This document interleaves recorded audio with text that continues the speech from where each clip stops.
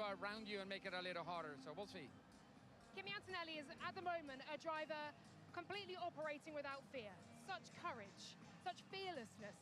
It's incredible to watch. Toto yesterday saying that's part of his age, that he simply doesn't have that pressure and the weight of experience yet that perhaps George Russell has. Yeah, he hasn't had the failures and the difficulties. Yes, last year was difficult, but it was his first year. He hasn't gone with all the losses and things. So at the moment, this just keeps building confidence. And if somebody doesn't stop him, he's going to win everything.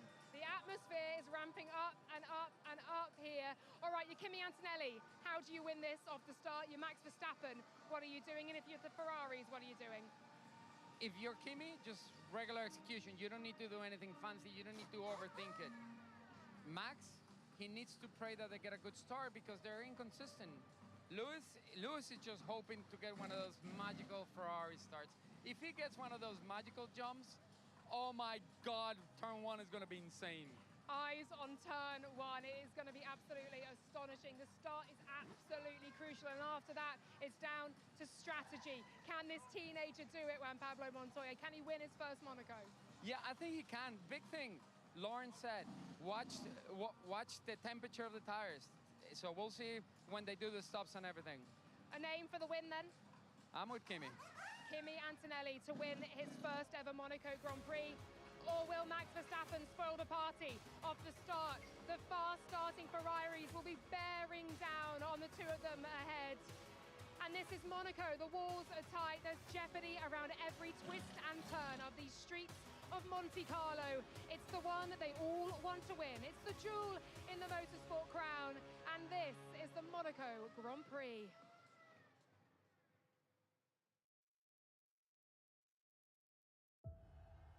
The 2026 Canadian Grand Prix produced lots of stories. And the Canadian Grand Prix is underway. Lando Norris to the lead of the Grand Prix. McLaren's tyre strategy blunder. McLaren gambled and it came undone. Put both papaya cars out of the points. An absolute disaster for McLaren. Mercedes wheel-to-wheel racing. Are they going to make contact? This is delirious racing. They'll have to give that place back. Why, mate? He pushed me off. This one is Nice. Russell is coming to a halt. George Russell is retiring from the race lead. Heartbreak. Let's go, guys. Let's go. We retreated to old rivals. Cheers to all the Red Bull fans. Cheers. Listen to that. All of which was concluded by a fourth consecutive win for Kimi Antonelli. Pipe. By 11 whole world championships. And now leading the 2026 chase by 43 points. But Gilles Villeneuve was a street style circuit. This is the street circuit. An entirely unique challenge where pole position is so important. But how to win in Monaco? Stay out of trouble at the start and stay out of the barriers until the end. Stay out of the trouble at the start. 2026 Monaco Grand Prix is next. Let's go.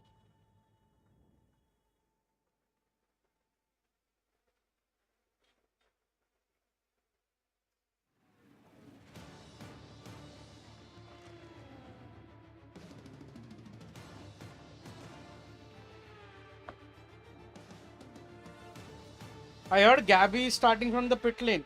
He had some issues while exiting the pit lane, so he has now to start from the pit lane. While he was going to the grid, obviously.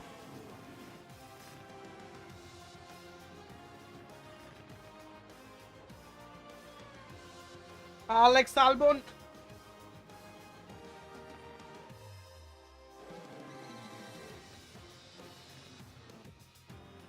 Max Verstappen.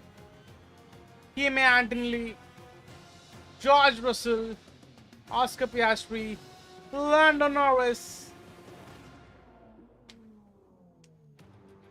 You have to push past that conscious level. You have to get past thinking. You've got to shut your eyes and see if you make it to the other side. The words of Lando Norris, the Formula One world champion, to welcome you to a venue that moves a driver like nowhere else. Good afternoon and welcome to the Monaco Grand Prix. is round 6 of the Formula One World Championship in 2026. Kimi Antonelli is on pole for the first time here. He said he was shaking after that lap yesterday. But on Grand Prix Sunday, you are welcome to our presentation. Most wins by this famous race, the Formation Ayrton Senna, first winner Fangio, 2025 winner Lando Norris. It runs to 2 miles. We'll have 78 laps. We will see whether we can add to the minute overtaking that we got last year. Just 4 on-track passes, but the cars are different, the regulations are different, and it's the softest tyres in the range for those who are contesting the Monaco Grand Prix. The C5, the C4, and the C3 tyres are the compounds available. By the Mediterranean Sea, it's a stunning day for motor racing, and this is the grid. At the back, we've got Fernando Alonso next to his teammate Lance Stroll. 42 Grand Prix in a row, he's been the lead Aston Martin. Next up is Valtteri Bottas. He's in 20th and he goes next to Oliver Behrman. Got unlucky with the timing of the red flag yesterday. Sergio Perez is in 18th. He's next to Esteban Ocon. Couldn't believe he got pipped and got knocked out in Q1. Gabriel Bortoleto is in trouble right now. They pushed him back from green light and he is mired in the garage. Arvid Lindblad is next. He's 15th. Franco Colapinto is 14th. Then it is Nico Hulkenberg.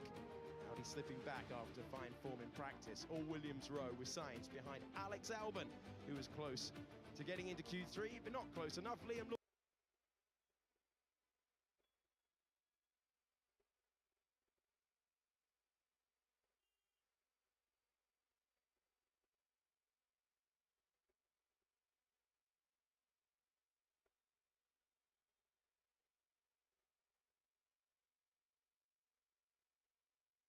Set up my speaker, guys. Give me a minute.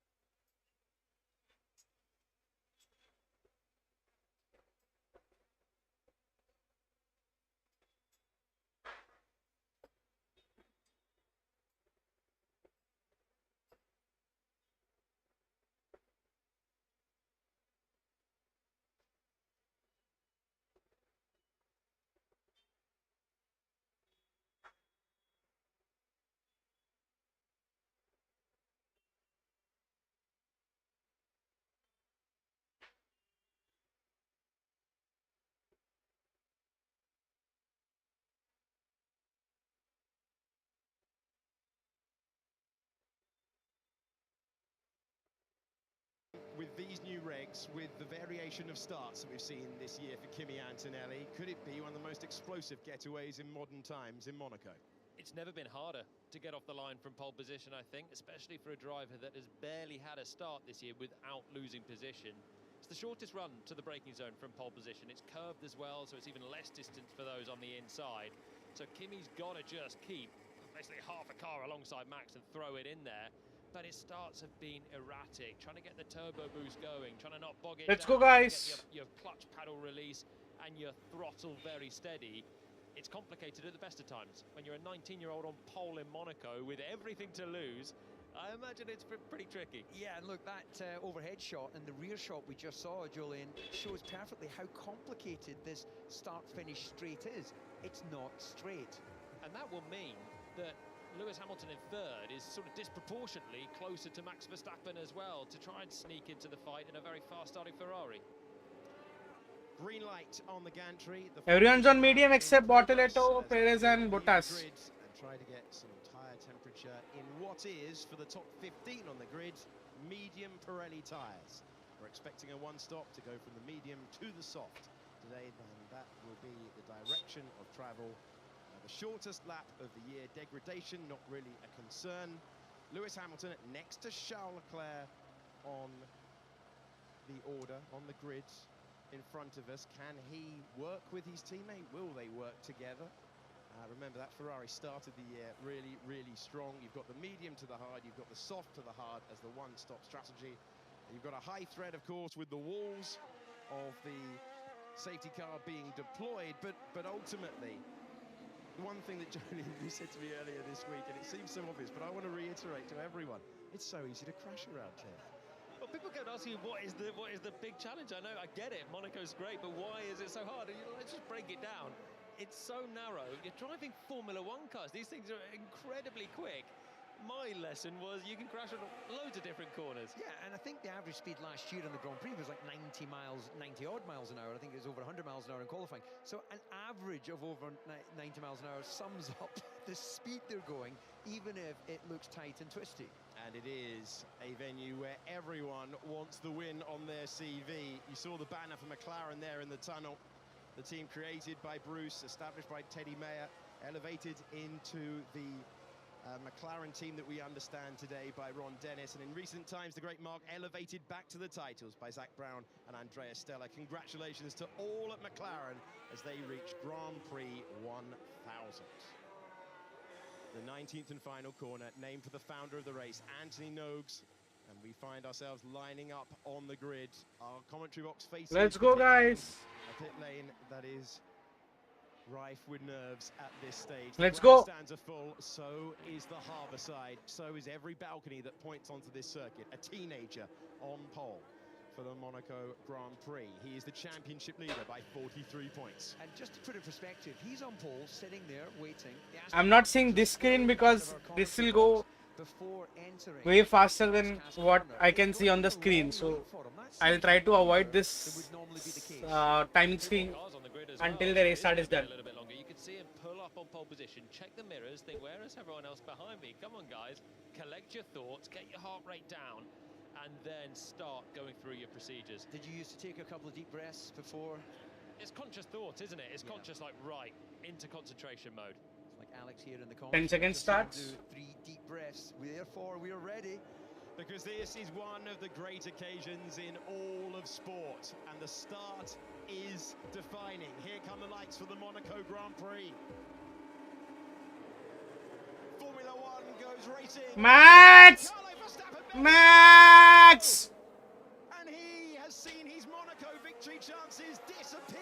It's Antonelli, then it's Hamilton, then it's Leclerc, Hadjar and Russell. One of our contenders for the win did not get off the line, and it's heartbreak for Max Verstappen as Kimi Antonelli leads from Lewis Hamilton, then it's Charles Leclerc, Hadjar Russell and Piastri. Yeah, straight away we saw the yellow lights flashing on his mirrors. That car went into some kind of reset mode, so it's all over for him. Will they get that car pushed away? As we see our front runners, it was a clean start thereafter. Gasly has got ahead of Lando It's Norris game over. Well, that is a change. Max Verstappen did get going. He's not going quickly, though, is he? He's looking like he's coaxing that one through. So an anti-stall that he couldn't recover from or something. It's a wonder no one hit him. The circuit is so narrow, you don't get eyesight from a couple of rows further back, let alone about 18 places further back, but they're all still in it, and Antonelli leads. But he's got a probably bigger problem on his hands now, because the Ferraris in second and third are going to open up a bigger strategic opportunity for themselves. Antonelli would have been worried about the fast-starting Max Verstappen, but Verstappen not with the machinery to challenge. Down to Sander Vot. What should I do? Just bring it home, please, Max. That sounds, well, that message can mean two things. Bring it home to the checkered flag or bring it home to the pit lane. Max Verstappen, that heartbreak of the moment, and we find ourselves with Behrman, Bottas, and Max is out of the race! pit lane. So tactical move. Fucking shit! Take a pit stop and get onto a different tyre and maybe run the whole race. Front wing change for Behrman as well. So maybe there was a bit of contact in there. Must have been a bit of contact in there. Verstappen pits too, gutting for a man on the front row. Yeah, as we look out from our commentary box, yeah, that car is going to go up on the little trolley and get pushed back into the garage. Would they use it as a test session if they're able to fix whatever that issue was? Well, we talked about the possibility of there being a dramatic start. We've seen one. One of our Bro, contenders this- from the win in the opening meters of the Grand Prix. I'm so Verstappen fucking done, bro. In the garage, and his Monaco Grand Prix of relevance lasted all of a second. It's just so frustrating as a driver. All of that work, all of that prep. It's a tiring weekend. It's an intense weekend like nothing else. And he has delivered to such a high level, getting that Red Bull onto its joint best start of the year on the front row. I feel his frustration. Max Bro! out of the car, out of the race. His first podium of the season in the last Grand Prix. A brilliant battle with Lewis Hamilton. There will be no repeat today. He revelled in being able to get so close. Antonelli needed something exceptional to beat the four-time champion, but Max Verstappen's out. So as you see that beautiful overhead drone shot, we can see Kimi Antonelli making his way down to the hairpin. The two Ferraris running line astern. Now, would that be the case of, like, if Leclerc fancies a go? Incident involving George Russell has been noted. False start. George Russell is having an incredibly difficult weekend in Monaco. He is 43 points back in the World Championship, 25 for a win, and he's been noted for something that high percentage of the time does get penalised. Norris with the chance on Gasly here. Gasly will have to cover that in the middle of the road. I've got high hopes for some overtaking this year, guys. Call me naive, but it's a different era. We're in a new regulation set. The cars can follow more closely. They have overtake mode enabled to stay faster for a little longer into the Nouvelle chicane. And we're seeing Norris, I think, taking my hope with him as he bounces over the chicane past our commentary box. Yeah, unfortunately for him, though, Gasly's not a rookie. He knows as you come out of the tunnel, instead of pulling the car back over to the right for braking, if you just run it down the middle, it puts doubt in the car behind. And then, more often than not, they will back out of any attempt. Just looking out front, Antonelli has been left to absolutely bolt away, and that's why I'm asking the question. If that's a strategy of Ferrari, then let's see how it plays out. If that's Hamilton's pace, then I imagine Leclerc will be saying, look, just let me go, let me have a chance, and if it doesn't work out, I'll give the place. Oh, guys, I'm done, guys. What? 4 seconds to Hamilton in less than 4 laps. It doesn't make sense for Hamilton to drop away from Antonelli as well. It might make sense for Leclerc to drop back from Hamilton and start to back up the rest of the pack, but there goes the race leader, and into vision comes the chasing pack. Hamilton, then Leclerc and Hadjar. Russell, again, not showing a huge amount of pace at this stage, and he is noted for that start infringement as well, which we haven't seen. But Antonelli, right, the best thing he can do is build up a lead, so long as he doesn't kill his tyres. And that's what he's thinking. It's in my hands, I'm just going to roll away from you guys. Yeah, so he's at clean air, there's no question about that. But just looking at Russell's time, he's 2 seconds off the back of Hadjar, which will give a bit of disturbed air, but I wouldn't say that's right up his chuff. But he's running, well, Antonelli's running a 1.5 seconds a lap quicker. Well, there was hope down in the paddock earlier on that if we were going to get overtakes, it would be using the boost through the tunnel and then into the Nouvelle chicane. There was speculation about whether the Ferraris would work together to try and apply the pressure. One thing to do that when you're further back, but they are now fighting for the win. Here's the moment and the reason why.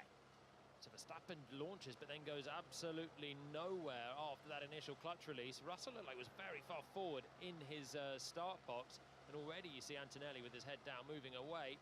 Further back, the McLarens very nearly made contact. It allowed Gasly to get past Norris. Yeah, that pass was after the exit of Saint-Devote, so overhead shot, Verstappen. You see, it does launch and then it goes into like an anti-stall, and then that's it. He's having to do reset. Yeah, I wonder if that's well, that's here. Oh, nice. Completely, guys, what the man? He's got his sarcasm down to a T, hasn't he? But that is just a power unit not going anywhere. I don't think he did anything wrong from the cockpit. Looked like he was going to get a pretty decent launch. And the noted moment for George Russell has been reviewed, and this is the best piece of news he's got all weekend. No further investigation. Rogers outside his grid box. Yeah, it was the nose of the car was slightly outside the box, but it was on the white line, which I suspect is what the stewards have decided. Was it the front right outside on the right-hand side that Lando would have had a look at? That was him getting perilously close to the wall, and we're going to go side by side up Beau Rivage, but yeah, sensible back out, because that is one way to put 2 cars in the wall and have a load of others chasing him. So crucial for Russell, who has seen one of the contenders drop out, and now he can minimise the damage if he can get past Isaac Hadjar. This could have been far worse, but it's not been an easy weekend for the driver second in the point standings. It was super marginal, wasn't it, for Russell? I'm not surprised the stewards had a look, especially when Norris has radioed that one in, and we've got another one. It's the curved start, isn't it? So everyone on the outside is just trying to straighten off. Otherwise, you basically, if you start squarely in your box, you move about 6 meters and you take off your left front into the wall. So you have to put a bit of angle on it around there. Yeah, it's almost like they need to put the lines relative anyways, to guys, where the start line is, start-finish line. So rather than now we are supporting Antonelli. Let's go. Yeah, Let's go. It to be such an issue with two drivers now experienced. Leclerc already 3 Perez point some under seconds behind Hamilton. Thankfully, I never Impressive. found myself, other than Hamilton's pushing. 2001, never found myself so far down the grid for a start. It was a long afternoon for you in 2001, DC. But either side of it, glory days. Yes, indeed. I mean, one of the highest of highs in a Grand Prix driver's career, I'm sure, with one of the least expensive trophies on the calendar. It's supplied by a local trophy maker here in Monaco, who also provide trophies to the Bulls competition and the kids' egg and spoon race. I love it. Name and shame, dig them out. I think I did recently on a podcast, but anyway, it's still greatly prized. What it symbolises would mean a lot to Kimi Antonelli, who's built a 4.3 second lead, stabilised for a moment. Middle sector last time around, Lewis Hamilton was slightly quicker. Antonelli is responding on this lap as we go on board with the most likely candidate to provide us with an overtake into the Nouvelle Chicane. Lando Norris, winner of the Grand Prix here last year, on pole position here last year. His first Monaco win on the way Gasly. to the World Championship. Piastri is already 3.2 seconds clear of Gasly. Damn. For a while, he's going to have to get inventive to clear Gasly. I quite like the inventive pass around here. I know everyone goes for that Nouvelle Chicane lunge, but it's kind of an easy one to defend, as you said, DC, because you cover the middle of the road. Tell us the options, Johnny. Okay, Saint-Devant, I don't think this is even really an option. You're never close enough unless someone's had a horrible exit through Rascasse or something. Then you go up the hill and you've got no chance. The hairpin's very difficult unless someone's really slow through Casino. The Rascasse move is my personal favourite. Charles Leclerc did it a few years ago. I think it was his first year with Ferrari. I think he passed 2 cars, tried for a third, binned it. That's the risk. Every time you go for it, you know you're taking a huge risk. Does Norris want to do that this early on?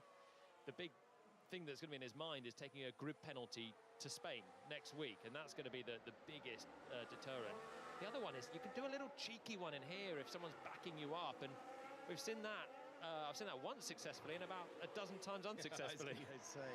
Was it not Jenson Button that did he end up in 2 wheels, or he put someone in 2 wheels? He nearly launched Pascal Wehrlein into the harbour a couple of years ago, and we saw last year Gabriel Bortoleto making contact with Kimi Antonelli. Kimi Antonelli's second season, really miles ahead of his second season. It's been terrific. It has been mesmeric, and it has been against expectations so far. Norris into Rascasse, getting Palmer excited in the commentary box. No way by at the moment. Antonelli, second year of Formula One.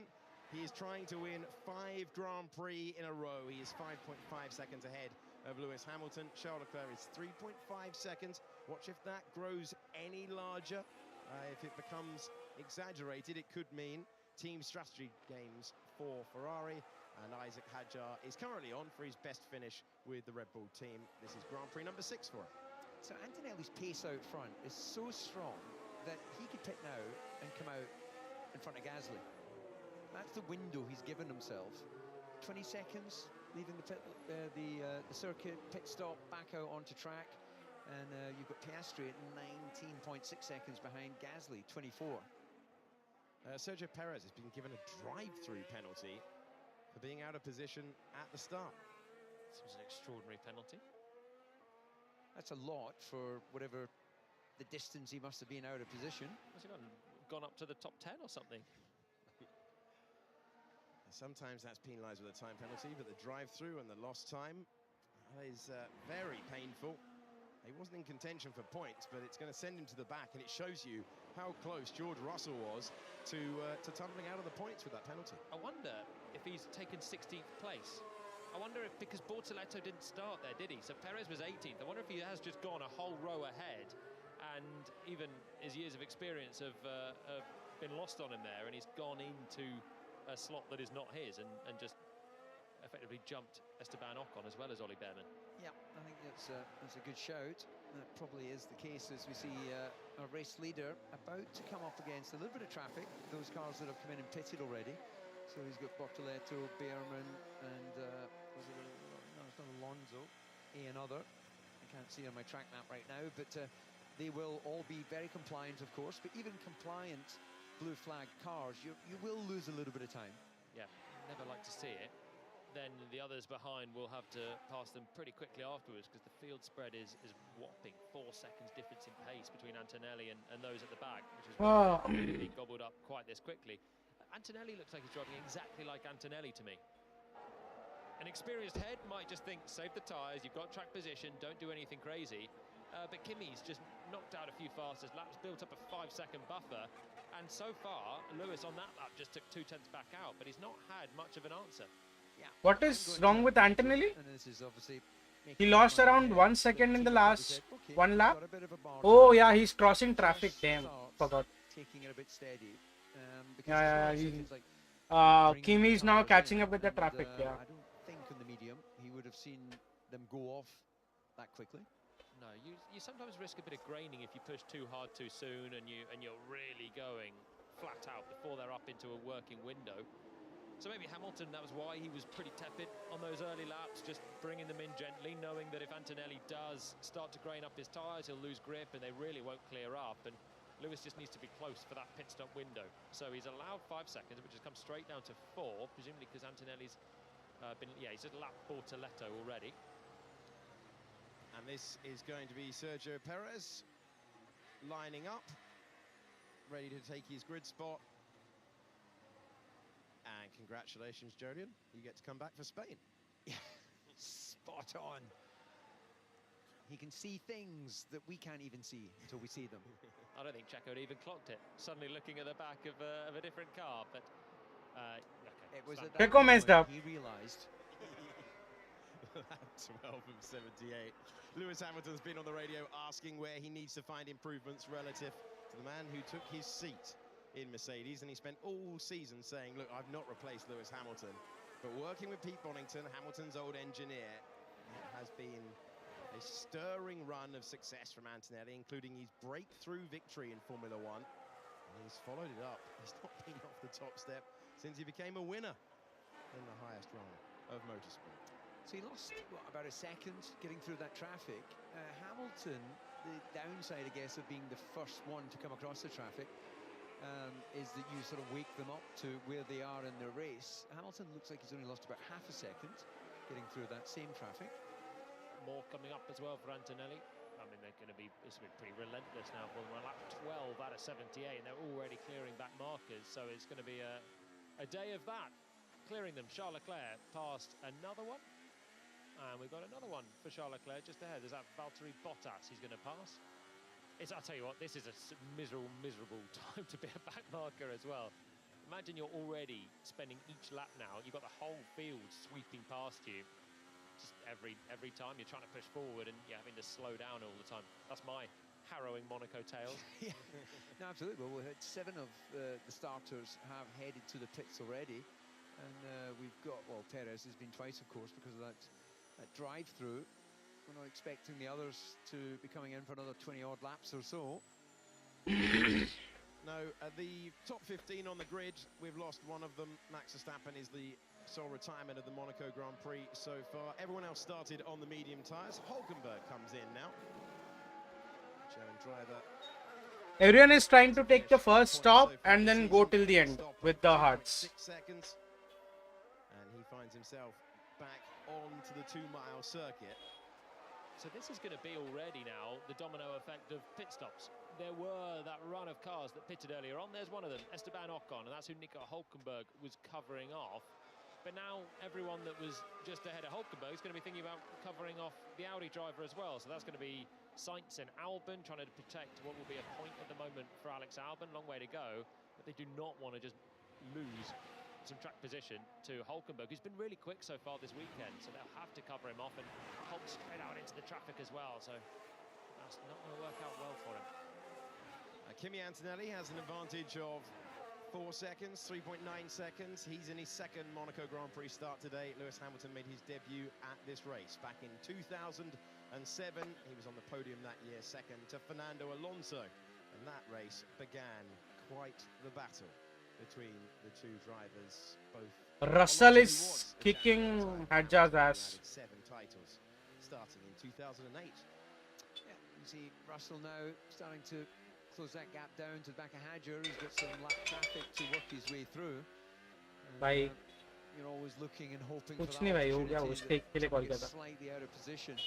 And then you're able to भाई max भैया का गाड़ी चुक गया भाई, रेसी start में गया भाई, फर्स्ट लैप में बाहर। एंटनेली भाई, सेकंड हैमिल्टन, थर्ड लेक्लेयर। क्या मैं बोला था तेरे को पहले ही, आई प्रेडिक्टेड दिस पहले ही। पर ये भी हो सकता है रसल भी आ रहा भाई अभी एडजर के पीछे, रसल फोर्थ आता तो 25 प्लस 12 37 और हैमिल्टन और ये P2 P3 तो 18 प्लस 15 33। हाँ तो रसल जीतता है, ये लोग जीतते, मर्सिडीज जीतते। Stay patient, DC. Stay patient. Am I going too early with? Oh my goodness, we're going to get less overtakes than we did last year. I still believe. Lap 15, 3.5 seconds now, the gap. There's a lot of tag on this side if the grids are very hot. Copy. Well, that's not the communication I thought we were going to hear there for Lewis, having had a fairly steady run, picking up the pace, saying the deg is there. So I wonder what Antonelli's finding out front then, because Hamilton's obviously feeling the car sliding around a little bit more, but he is starting to get back to the race lead. It's interesting listening to George Russell after qualifying yesterday saying that Antonelli's driving style really suiting this year's Mercedes, but crucially because what it allows him to do with the tyres, the tyre temperature that he's instantly able to generate. And at the moment, Hamilton is reporting degradation at a circuit where that is not normally in any way a factor. The last time Lewis Hamilton won this Grand Prix, 2019, he was on ancient tyres, and he still beat Sebastian Vettel and Max Verstappen to the win. He was reporting degradation for about 50 laps, though. Yeah, he wasn't happy about it, but he still won the race. Yeah. Yeah, well, it's helpful for the team, I guess, and the strategists to know what's going on as we go on board with Albon over the peak of braking, and he decides, no, I'm not going to attempt to make that chicane. I didn't see any lock-up, so I'm going to assume that was more to do with rear axle. As you see George Russell continuing to apply the pressure to Hadjar. So this is going to be interesting, actually, just to see how Hadjar, someone that we know is, you know, very emotionally invested in what he's doing. So whether this sort of pressure, he'll just say, well, look, I've got track position, so I've got control, or whether that will start nibbling away at his mind. I think that's George's best chances to try and frighten Hadjar off the road, because he is not in my copybook of throwing a lunge in today. Hadjar has front left grain and he won't be out for much longer, I don't think. Just make sure you've got good tyres when he does get out of the way. He has got amazing eyesight.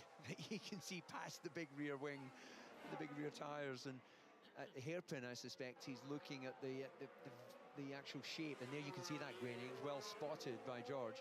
And actually, isn't that just giving us a perfect example of inside the mind of a race driver? Perfect. Yeah, copy everything. Tyres over peak. Yeah. Hopefully we'll get a close-up of the front of the car at some point, where you'll see what that graining looks like, and how George has amazingly been able to identify it as the car goes through the corner. Yeah, it's helpful. Does our job for us. And this is probably the spot where he's seen that low speed, and he gets a good shot of the front left as he's slowing down, just following the Red Bull. But as I was saying, George is not the driver today that can afford to throw a lunge. There is no easy move in Monaco. Even on someone probably on the intermediate tyres that the McLaren started on in Montreal would be a risky pass. So George, with championship considerations, he cannot afford to take any risk. So he just has to put the pressure on, get Isaac worked up, force him to check his mirrors all the time, force him to get offline and maybe make a mistake. Or, as Marcus Dudley was saying, there's your shot of that graining. That does look pretty disgusting on the front left. Yeah, right. Of course, as we look at the screen, and the front tyres, by contrast, on the Mercedes looking super clean. So two options for Russell. Do you push, pressurize, and try and make Hadjar make a mistake? A little bit of wheel spin as well for Isaac in a place long after the bit of cornering at Anthony Nogue. So he is clearly not a happy man in that second, well, the only 18.3, 3 seconds Antonelli. So yeah, Russell, does he pressurize or does he wait and hope that Hadjar will pop into the pits and get some fresh tyres soon enough, and then he'll have tyres to go along and overcut him? Big moment ahead for George Russell. Needs chance to try and clear Hadjar, minimise the damage in the World Championship. At the moment, it's going over 2 whole Grand Prix distances between first and second in the World Championship. Intrigued with the lap that we're going to get this time around in the battle for the lead, because there's not a lot of traffic at the moment. Lewis Hamilton had got the gap down to 2.8 seconds. It's gone up again. George, how much pace would you have in clear air? At least 1 second, I think. Decent estimation. Probably 2, because Nico Hulkenberg's in the 16s. He is the fastest man on the circuit on a fresh set of hard tyres. So that's good information for Mercedes there.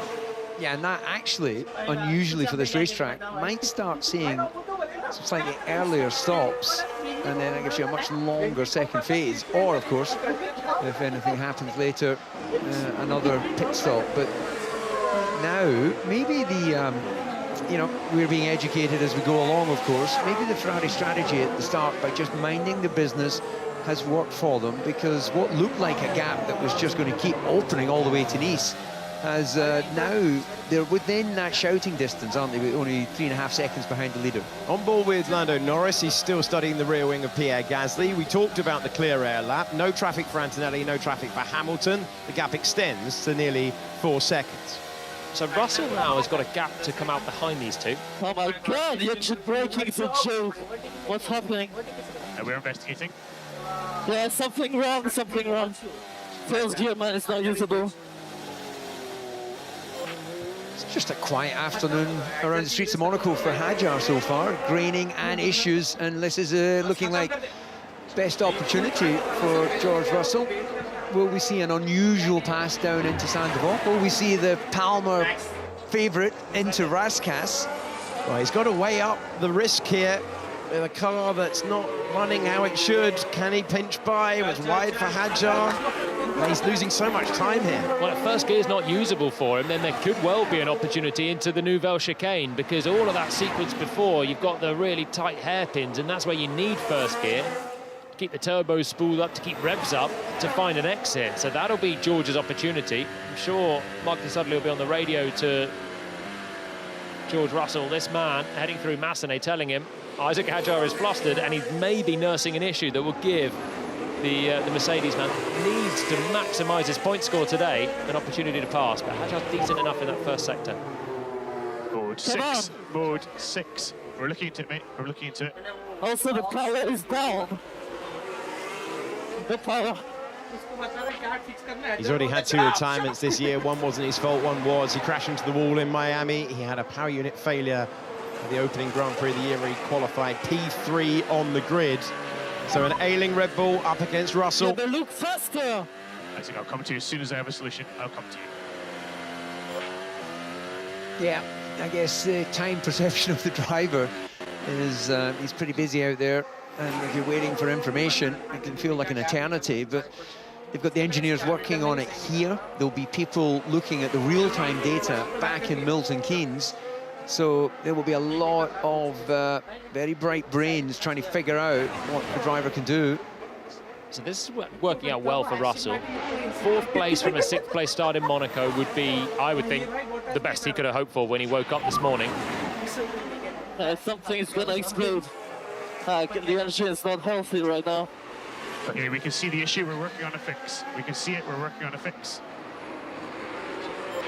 So Hadjar fearful of a 3rd retirement of the season. Mercedes will be radioing that information to George Russell. He's got to be aware there could be a failure for the car in front. And right now, Hadjar cannot pit because Russell will just go long and overcut him.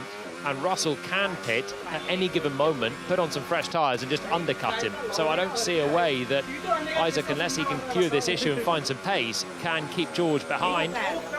Up into the Nouvelle chicane, and Russell is gaining all the while as we head to back corner. No way.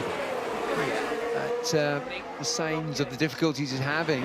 So we heard already prior to the engine issue, talking about difficulties with the rear end. It's another corner where you'd want to be plucking first gear as you're turning in, get that bit of engine braking. So maybe he's not getting that, and then he's keeping on the pedal a little longer, having that late lock up and absorbing pressure down towards Tabak. I wondered aloud what we would see between Antonelli and Hamilton after they cleared Fernando Alonso, because it's an empty piece of racetrack. No cars to lap for the 19-year-old race leader for a while now, and he has just built the gap. It's up to 5.9 seconds over Lewis Hamilton, and Charles Leclerc is 6 seconds back from his teammate. Ferrari on for a double podium, but at the moment, on the medium tyre, on lap 22 of 78, no answer to the race leader, who is extending as it stands his lead in the World Championship. If you're one of our newer viewers, we have never had a teenage champion in the entire history of Formula One. Bring it on, I say. Statistics are there, records are there to be broken, and Antonelli could pit and still come out in front of Hadjar. So you'd still be in a podium position, and yeah, this is just, well, it looks like we're watching a Senna, a Schumacher, a Hamilton. Yeah, currently there's no fix. We are still working on a solution. Currently there's no fix. Head down. All the crew working on one car now. Max Verstappen out. They'll all be looking to see if they can somehow get on top of whatever issue Isaac Hadjar has. Switch changes for George Russell. You get a bit of rotation now, sitting this close for this long behind the Red Bull ahead that is slow and is passable in a pit window, but it's still frustrating to be sitting here. And George doesn't want to fall into traffic because you then never know what anyone else is going to do in terms of pace. He might get stuck behind Gasly and Norris, and Hadjar finds a fix and can clear it up again. Interesting little one for you. Hulkenberg's made his pit stop. If everyone pitted, he'd come out with Gasly right now. So no one's covered him off. He's caught the back of Lindblad. And the reason, I think, for that is Williams, 10th and 11th, at some point, if it stays like that, they will drop Sainz back and hold Hulkenberg back. Put a dam in the water, effectively. Yeah, points are incredibly important to the team as they continue to recover from a difficult start to the year. But right now, Albon keeping himself very much in sight of Lawson. He's only a couple of seconds behind. So as they concentrate on their battle, well spotted in Hulkenberg, he's going to appear into the top 10 later in this Grand Prix. Probably. Lindblad will do the same before he even gets towards a Williams pit window, because Racing Bull's incentivized to keep Liam Lawson as high as possible as well. Nouvelle chicane. Charles Leclerc running third in this Grand Prix and going deep and over the white lines. Yeah, didn't want to lock it up, didn't fancy risking running over the top of the curb and damaging the floor. You get away with that one or two times and gain a marginal amount of time before you're given the warning for well, just gaining an advantage, basically. And then it gets a bit squeaky, doesn't it? Because you've got a long way to go, and that is a difficult braking zone. And it's your overtaking zone as well, so you want to have a bit of margin in there. But at the moment, it is, I would describe as tepid from Ferrari. 8.5 seconds, Hamilton drifting away once again from Antonelli. No sign of any pace. And Leclerc just drifting away from Hamilton. No threat from Hadjar. On for second and third. Thank you very much, but not at the moment up for first position. Antonelli driving very well. The 2 miles of Monaco, notoriously difficult for overtaking. You need such speed to get past the car in front. We're talking seconds a lap. Other tracks we go to, we're dealing in tenths, but it's seconds a lap around here. And we're seeing it. Norris clearly quicker than Pierre Gasly. Gasly 7.4 seconds back from Oscar Piastri. And the Red Bull of Isaac Hadjar, who is superb around this circuit. He's proved that in the Junior Formula and last year with Racing Bulls, where he was excellent on his way to a 6th place finish on Formula One debut in Monaco. But he's got an ailing car in his second visit to the Principality in Formula One, and there's nothing that Russell can get by to do to try and pressure the car in front. He's stuck right now. And what has been an upending of what the heavy championship favourite has had to come his way this year in Formula One. And he finds himself just looking ahead at Red Bull. He would have been wanting to challenge for the win this weekend. He hasn't won since the opening Grand Prix of the year. I think in the 14 years that I raced around here, as Russell, well, Hadjar has to go defensive again. And eventually, Russell's going to have figured out as he's almost touching his rear wing on the rear of his car, defends it into to back. I don't think I overtook anyone other than off the start line in any of the races here. Julian, did you pull any mega moves? Not in Formula One. I did. You know what I did? I did the Palmer Raskas move once upon a time. I should have known. I also did one into Saint-Devote for the lead of the race in my... The lesser spotted pass into Saint-Devote. I was passing Mitch Evans, who was on absolutely shod tyres, and I didn't pass was it look a gift horse in the mouth? Yeah, we've definitely reached that point at lap 26 of 78. It's Guess the Phrase, it's Jolyon Palmer, David Coulthard, I'm Alex Jakes. Left-hand side of your screen is Charles Leclerc, who hasn't got, it is look a gift horse in the mouth. He's looking it up, everyone. We've got to that stage of the broadcast. That's all right, I knew you confirmed. Poor old George Russell can't find his way by at the moment. He wants to try and close down the gap out front. Hadjar, you got a feel for him, brilliant in qualifying around here once again. Red Bull having an unreliable day. If you're just joining us, Max Verstappen did not get off the start line. He's the retirement that we started with in the Monaco Grand Prix. Valtteri Bottas has joined him.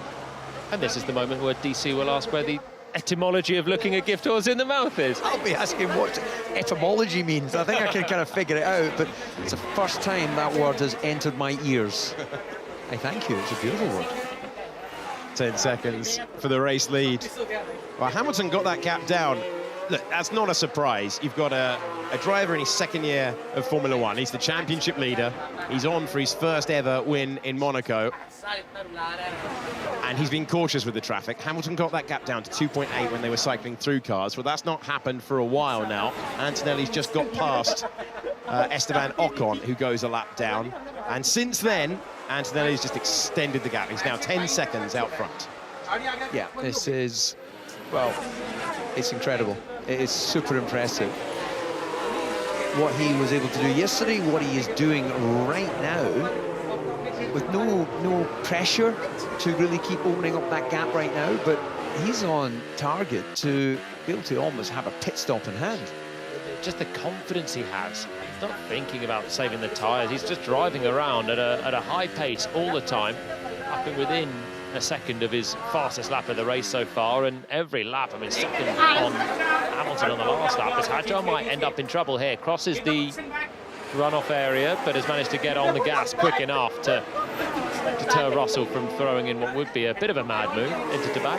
Yeah, Russell, of course, will be on the radio crying foul for that one. So, as I said earlier, you'll get away with it once, you'll get a warning if you do it twice, and you get a penalty if you do it a third time. So, it's one of those things, isn't it, Julian? You've got the choice. That's a last-in advantage. So he can't keep it on the track. He needs to get the position up. Copy. He's just out braking himself, so he's got no tyres. George Russell appeals to the race director to have a look. Lando Norris, left-hand side of your picture, trying to close down Pierre Gasly. Gasly on the 7th position. Franco Colapinto's been P7, been P6 in recent races. Gasly giving himself the foundation for this result with a good qualifying yesterday when he was best in the rest. Hamilton got on the radio a while ago and said tyres are gone, rears are overheating. He was 3 seconds back. He's now 12 seconds back. Leclerc is matching, or was matching, Antonelli's pace. Okay, yeah, Hamilton pits this lap, and Leclerc's close here to maybe think about doing something different. In comes Lewis Hamilton, a 3-time winner of the Monaco Grand Prix. Ferrari team go to work, and it's an efficient stop. Flat-out time for Charles Leclerc. Lewis Hamilton will have to do the same. They will, I'm sure, play the team game, whatever the team game is, but first of all, they're going to be thinking about being the Ferrari driver that's going to be second place and hopefully picking up anything should Kimi Antonelli offer it to them. So Hamilton exits the pits on the hard tyres, sticks to the right-hand side of the white line on pit exit, has a beautiful clear road ahead, but now we're into a little bit of a qualifying time. We'll see what Leclerc's got in his locker. Yeah, this is going to be telling, actually, because Hamilton, having put on this set of tyres, not impossible, of course, absolutely possible to make it to the end of the Grand Prix. As you can see, what Russell was claiming was a lasting advantage. But Leclerc at the chicane, completely clear track ahead until Ocon, who's exiting the swimming pool. Hamilton is completely, he's just left Portier, and Leclerc is next car up. So they've got clean racetrack to deliver the lap time that their tyres will give them. I'm going to assume Hamilton can be quicker on those fresher tyres, and he has to be. Yeah, it should be. The hard tyres will last to the end of the race as well. That should be okay for him, so it might be a nice reprieve for him after sliding around for so many laps. But it's an opportunity for Charles to show what he's got as well. He was super quick, you know. I looked at the data from yesterday. He was up on pole when he put it in the wall at to back by a smidgen, but he was right there with Kimi Antonelli. But he was taking risks, wasn't he? And that's what comes when you take the risks. Yeah, that'll be frustrating because Antonelli was on pole over Verstappen by, I'll use your word, a smidgen. 0.04 of a second, it was settled for Grand Prix pole between Antonelli and Verstappen. Verstappen did not get off the line. He's retired from this race along with Valtteri Bottas. Gabriel Borgletto and Audi had a whole host of problems before the Grand Prix. He is still running in 19th. Liam Lawson, more pertinently for the points, he was struggling in the garage, but they got him to the grid and they were making late changes, but he's running in 9th. It would be a good result for him if he's able to finish there. The driver that's in the top 10 of the World Championship, he's got 4-point scoring finishes going into today. So Russell's life might be about to get a little harder. Piastri's closing in, 2 seconds back now on Russell, who is still nose to tail with Isaac Hadjar and boxed in. And he doesn't want to have to think about potentially losing a place or having to cover off a McLaren, who would love to pick up some more pieces as well. So with that was sort of 5-6 seconds to Piastri behind, that's going to just get Mercedes a little twitchier. They had a golden chance to take 4th place, whichever way it landed, but well, they've still got it, but McLaren are also going to start to up the pressure. Lewis Hamilton is 33 seconds back on Kimi Antonelli, for your information. At the moment, it's around 20 seconds pit loss time. 6 tenths slower than Charles Leclerc on the last lap. So there you go. That is, if Leclerc pits now, he will come out behind, but it is close, and the more laps that Charles can do quicker than Lewis at this stage, that is going to get very, very close between the two Ferraris. Hamilton has to pick up his pace, and he's just done his personal best first sector. Here's Nico Hülkenberg missing the chicane. He was overtaken on the last lap last year by Lance Stroll. He was able to put a move on him outside the points, and a nibble of the barrier for the man running in 10th. Yeah, that's a little wake-up, isn't it? You know, that's fine when you're exploiting that quality.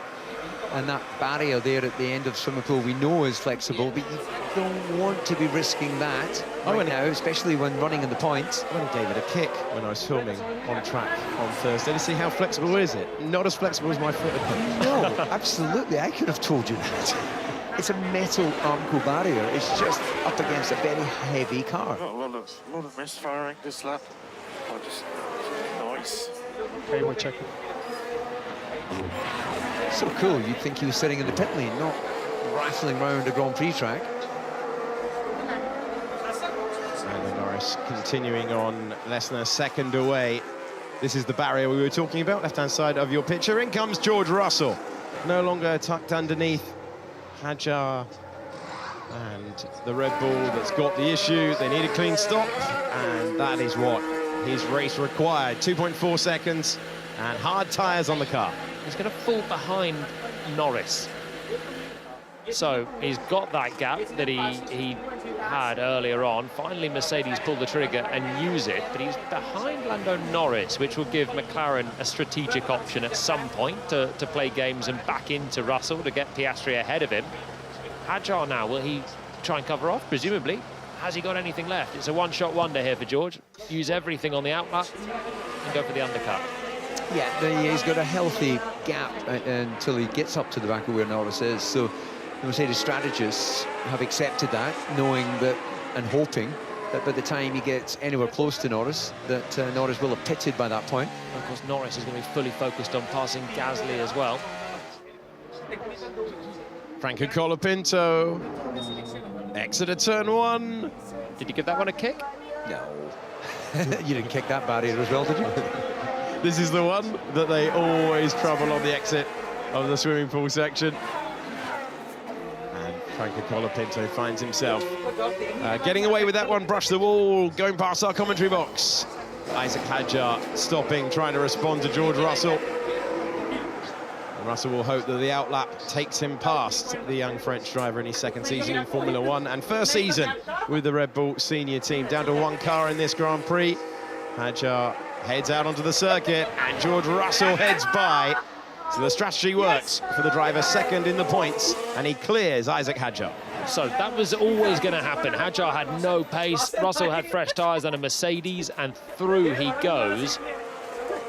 But McLaren have a choice here, speeding in the pit lane for Hamilton. So meanwhile, Hamilton's put 3 decent laps together and he's comfortably seeing off Charles Leclerc in that qualifying battle. It's a 5-second time penalty for Lewis Hamilton. It's for speeding in the pit lane, and it changes the battle of a second. Yes, we do. Confirmation that Lewis Hamilton has a 5-second penalty, and he's made his scheduled stop. He's got time to build. It's not going to affect things, but it gives the opportunity for Charles Leclerc. Well, Leclerc now in a golden position to be second in this race. Hamilton will take 5 seconds at the end of the Grand Prix. We wouldn't expect him to pit again unless there was a safety car, and he has a free pit stop in hand still because the gap to Hadjar initially was so big. We've just got no power now. No power. No battery. Got nothing. The default again, please. White default 7-0 again. Right, so if I'm McLaren, Lando, you're doing a good job. You're struggling around. You've lost the place at the start to Gasly. Drop back into Russell, slow up Russell and Hadjar, and Piastri will just reap the rewards and take that 4th place.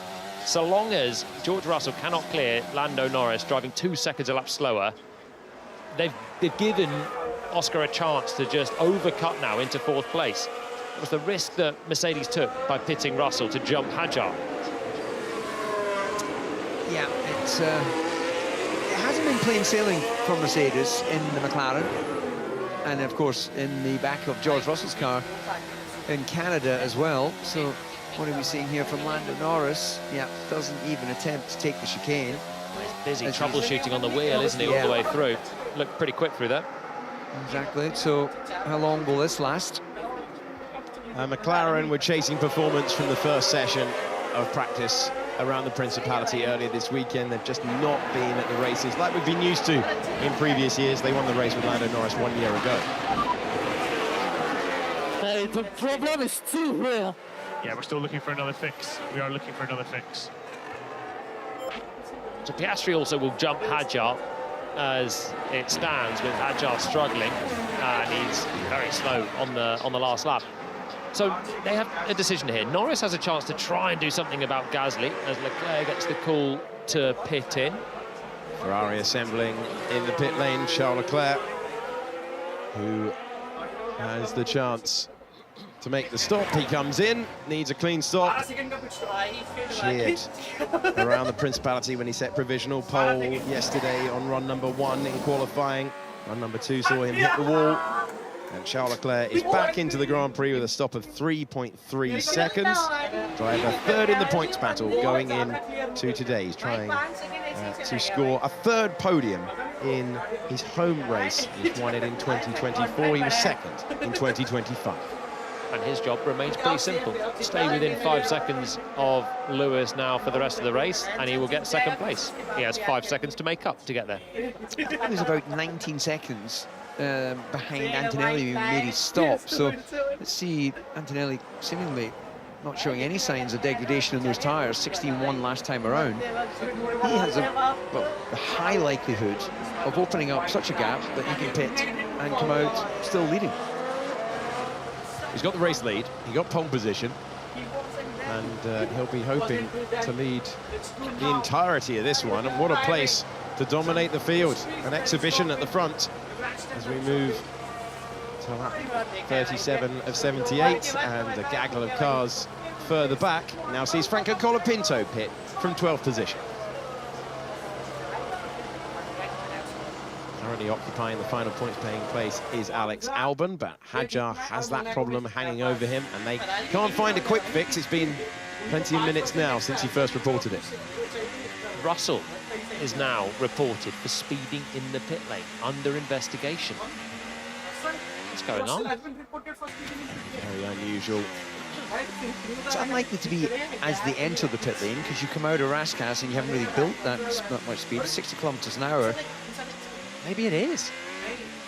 Maybe. Wow. I mean, you're not going to just press the button on the exit sooner than the line, are you? That seems like the more elementary mistake. You're desperately trying to wiggle your way out onto that racetrack. They've got the tarmac that runs down, because it's different levels between pit lane So the only other option, which is a likely... here comes Antonelli. Let's have a look at the race leader. Kimi Antonelli with a massive hurdle to clear. There aren't many in his way. That was one of the ways that there could have been an issue. Mercedes still haunted by that stuck wheel nut stop for Valtteri Bottas in 2021. But through he goes, 2.3 seconds, and that is exemplary from the World Championship leader and his team. They're top of the pile in both categories at the moment. He's back onto the racetrack, still with the race lead. Antonelli having a day and then some. I think he still opened out the gap while he was on the old tyres. We'll get confirmation once he's completed the lap, but I'm fascinated to know what the conversations are between the team and Antonelli. Are they just letting him get on with it? Are they saying, Kimi, buddy, just enjoy the view because you've got such a lead? That could get wiped out, of course, if there was a full safety car. So there are many twists and turns towards a checkered flag in Monaco, but this first stint of the Grand Prix has just been, well, stunning. Here's another development, a 5-second time penalty for George Russell. He got away with the potential one at the start. He does not get away with speeding in the pit lane. 5 seconds will be added to his race time. He is not scheduled to make another trip to the pit lane today. So that will be a battle with Oscar Piastri later on in the race if it doesn't come around in the pit stop window. You can see now Russell getting close to the back of Norris, and McLaren still have that up their sleeve if they want to get Lando to drop back. But of course Lando is going to be fully focused here. Whatever car issues he was talking about haven't got worse, and he's getting a second win at giving us that pass. Here we go, here we go. Hop on board, a little bit closer. Listen to you all hopeful, having said it earlier in the race.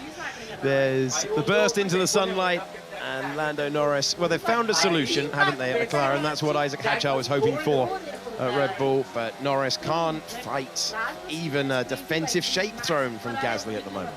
My hope of that pass is dwindling a little, but they will still be hoping. Oh, Gasly takes a lot of curb, so does Norris. Here's the Raskas special. Yeah, it's being blocked off nicely by Gasly. He's got the experience, he knows what the potential is, but you see Norris has been running in that dirty air for quite some time and taking more out of his tyres. The noise Jolin's going to make if we get an overtake. Oh, you have to turn down your televisions. Hulkenberg finds himself at the left-hand side of your picture, and after all the joy of the fresh rubber earlier on, he caught the back of Arvid Lindblad, and that is where he has stayed. It's a very tight battle, Hulkenberg, Lindblad, and Sainz at the moment. Sainz, who is dropping back, and Williams looking to secure that point. Lando Norris taking any route he can over the pavements at the hotel hairpin to try and find a way past Pierre Gasly. Yeah, he took the sort of Antonelli qualifying lap line through the corner, so when he came into the camera shot there, front wheel in the air, and well, George Russell has caught them with those fresh tyres. This is Piastri's chance to build the gap as well. They're both falling away. Piastri needs 19 seconds, a little over, to pit and come out ahead of Russell. And even if he comes behind, within 5 seconds at the end, we've given the place. But maybe McLaren can have both here. Gasly again. He is having to cover the Raskas line. I will claim that. It's the first time we're seeing Gasly start to move around. The Audi gets out of the way. Through goes the Alpine, through goes the McLaren, through goes the Mercedes. Alpine. So many teams talked up their chances of the new regulations giving them a leap forward. Alpine, 10th, back of the field last year, absolutely nowhere. Took the decision to switch to Mercedes power. It's paid off as well, and Gasly is getting close to tying his points total from the entirety of last year in round 6 of 2026. Dropping back by 1 second per lap to Piastri ahead, so this will be a risk now for Mercedes and George, who will have every incentive to try and make an overtake. But I don't know if he's going to be the man to try the lunge.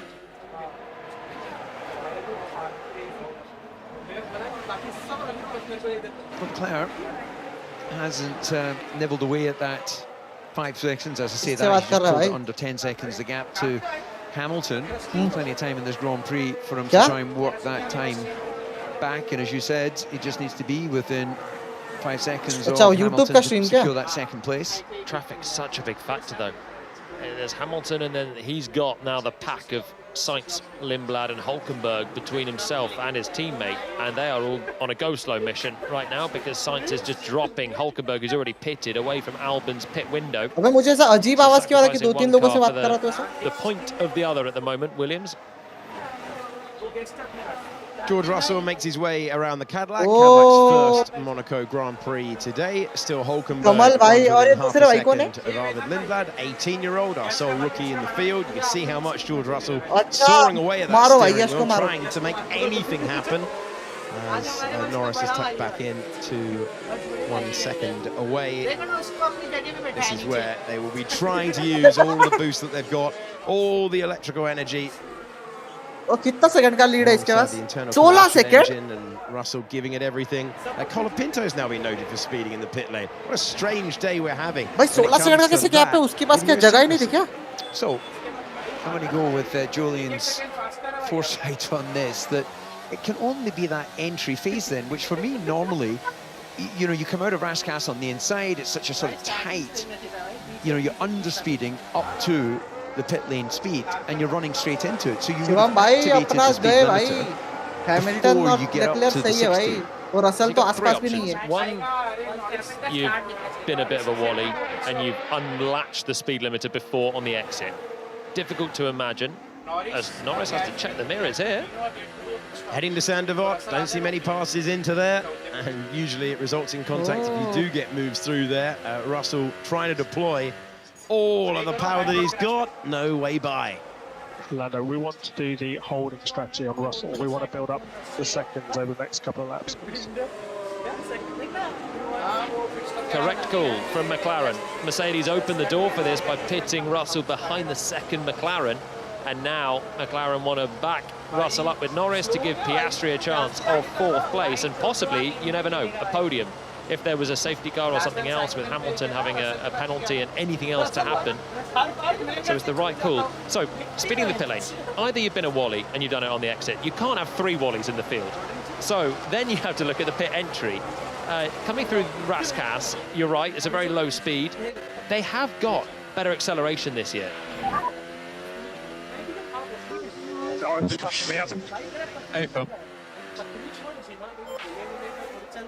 Yep, nothing that they can do about it right now on the pit wall. Franco Colapinto did get a 5-second penalty for speeding in the pit lane. Hamilton, Russell and Colapinto now getting penalised for being too quick in the pit lane. The third thing is a sensor. So it's all done on obviously speed averages down the pit lane, 60 kph, so it's a tight pit lane, low speed, and everyone will be setting it to about 59.2, 59.3 to give yourself a tiny bit of margin. But I can't imagine now 3 different teams are getting that wrong. So in my head, this is drivers with a little bit more acceleration than they've ever had in their lives with these cars, maybe giving it a burst of throttle out of Rascasse, turning it right and heading in. It's possible, of course, but yeah, it does seem strange that we would have 3. We don't normally get any, and usually it's because of you know, barreling down to the breaking point of where the pit lane speed limiter is. We'll see that fastest lap next weekend, but it's not normally a case. Well, it's definitely not the case here. Could you accelerate up to the pit limiter in Monaco? And these are 2 with the most experienced drivers in the field. Well, Lewis Hamilton, one of them, and George Russell as well. So very, very costly. अच्छा हाँ, अरे मैं तेरे stream पे था भाई. In it. So certainly if you're McLaren, you're radioing your drivers and you're saying, by the way, just so you know, तेरे stream पे कुछ नहीं दिखता भाई. वो मुझे बस चार्ट शीट दिख रहा है. Extra cautious. That's your peer lane on the right-hand side. So if you are with a little bit more grunt this year, electric motor working well and picking up speed, more torque, more speed, and then you whip it into the right-hand side. Oh, George. George Russell has now been noted for crossing the line at pit exit. You have to stay the correct side of the white line. If you cross it, you usually get a 5-second penalty, and that really is a tough message to read. If you're a George Russell fan or you're on his side of the Mercedes garage, it is the complete upending of what we expected at the start of the season, and he's been chasing performance. He said afterwards, as Albon pits from 10th position, the left-hand side of your picture, and takes on what looks to be the soft tyres on that Williams, and George Russell finally gets by because Lando Norris is retiring from the Grand Prix by the looks of things. It was an issue earlier on and he's struggling for speed. Now, it looks like whatever it was, well, I was going to say it reset itself. Could I expect to see him pull over to the left-hand side, but no, he is bringing that car to pit lane. We can see the McLaren mechanics coming out in the pit lane, ready to receive him. Lando, we're going to box this lap and retire the car. We're going to box the lap and retire the car. Lando Norris's difficult season when it comes to reliability. It's cost him so much time on track. He had an issue earlier in the weekend. He didn't start in China. He retired in Canada and he retires in Monaco. Crucially, for the context of the entire Grand Prix, he was able to get it back to the pits and park up. Wasn't left stranded, which could have potentially caused a virtual safety car or full safety car. And the winner last year is out of the Grand Prix, and he joins Oliver Behrman, Valtteri Bottas and Max Verstappen as a retirement. I was trying to figure out where George would have crossed the white line. There is a bit of a step down from pit lane to the racing circuit, which if you've got a big kick of power, maybe could have tickled it there, but otherwise it can only be when he's come round the final, inside of turn one. Yeah, I think it'll be turn one where you're on hard tyres, they don't warm up particularly well, and it's pretty easy to cross that white line if you're pushing as hard as he was, obviously. So we get another pit stop then. This is Gasly. Tell you what, Albon, I don't think will like that instruction because he's in new tyres, and I understand what they're doing. They're going to leave Sainz to go long in the hope that there's a safety car and play the team game. Yeah, it's ultimate team game here for Williams. They'll just swap that and manipulate it to be 10th and 11th, which will be 9th and 10th with Norris out of the race. And that's where they finished last year, and Williams looking for more points. Is there a reason for this? Because if I'm Peter, what are you trying to do? I mean, I'm happy to do it, but I just... Are we just risking something for nothing, or...? So Albon querying it. We didn't get the team reply, but he has listened, and Sainz is up to 9th, and now Albon will restrict the pace on the soft tyres. Yeah, that's going to push Lindblad and those guys back. Lindblad will probably think about heading to pits unless they're all rolling the dice on, well, go as long as we can and see if a safety car comes to us. Safety car or a red flag or something for these guys. So much frustration for Hulkenberg, who's had pace that early pit stop. The promise it looked good as he gets right up behind Lindblad up the hill, but you cannot make a pass at Massenet. And I can see from Albon's point of view, actually, you've qualified 11th, you're then de facto 10th place because Verstappen's out at the start. You're heading for what will be a second points finish of the year, and you're doing well. You're ahead of your teammate. Stage back. And regardless of any backing up, they could have done that. This is Norris retiring. Foot versus that was the moment that they let go for Lando Norris. George Russell got through, then Isaac Hadjar got through, and he was called back to retire. I got nothing. My battery. Battery-related issue for him on Friday. It was a battery issue for George Russell in Canada Sunday. Another one there. It's not looking great, is it, for Mercedes? They're getting away with it. I have to say, Norris, or the main team, are getting away with it. Norris has been so unlucky this year.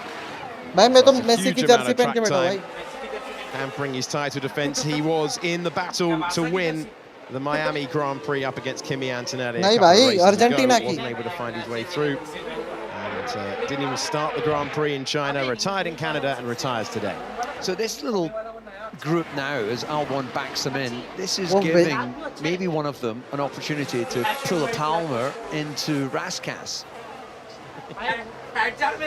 We'll see if anyone can be late on the brakes and if there's enough of... That's so close to the back of Lindblad into Massenet. He gets so close, it must be frustrating because you're never going to go around the outside of someone there. As soon as you get offline, you're heading to the wall. But again, he's thinks about it. Thinks about it, guys. Doesn't do it yet. But you're everyone in this pack thinking, okay, Williams right now 9th and 10th. But if Hulkenberg can get to 11th, We're being too smart with it, guys. Yeah, okay. Oh, I don't get it. Alex Albon hasn't been happy with a lot of Williams calls across the last couple of years, you've got to say, even when it was going incredibly well. But Piastri's now called in to make his stop, and Russell will find himself elevated.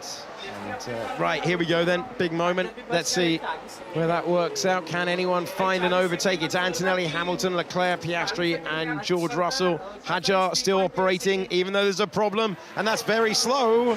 And through goes the car. What on earth has gone on there? And that is absolutely outrageous. The team tactics cost Alex Albon a position. We just sort of came to that quite late. Did he make a mistake through Anthony Nogues, and that's where he's got out of position, or was there a sort of momentary hiccup with deployment? That was bizarre. So he's on a new soft tyre. He should not be passed by anyone on an old medium there, let alone a rookie Arvid Lindblad into coming out of that corner. Slow again now, Albon. So this is a sensible enough tactic for Williams. Sainz backs up, Albon gets the free stop, then Albon backs up, Sainz gets the same. He goes over the chicane.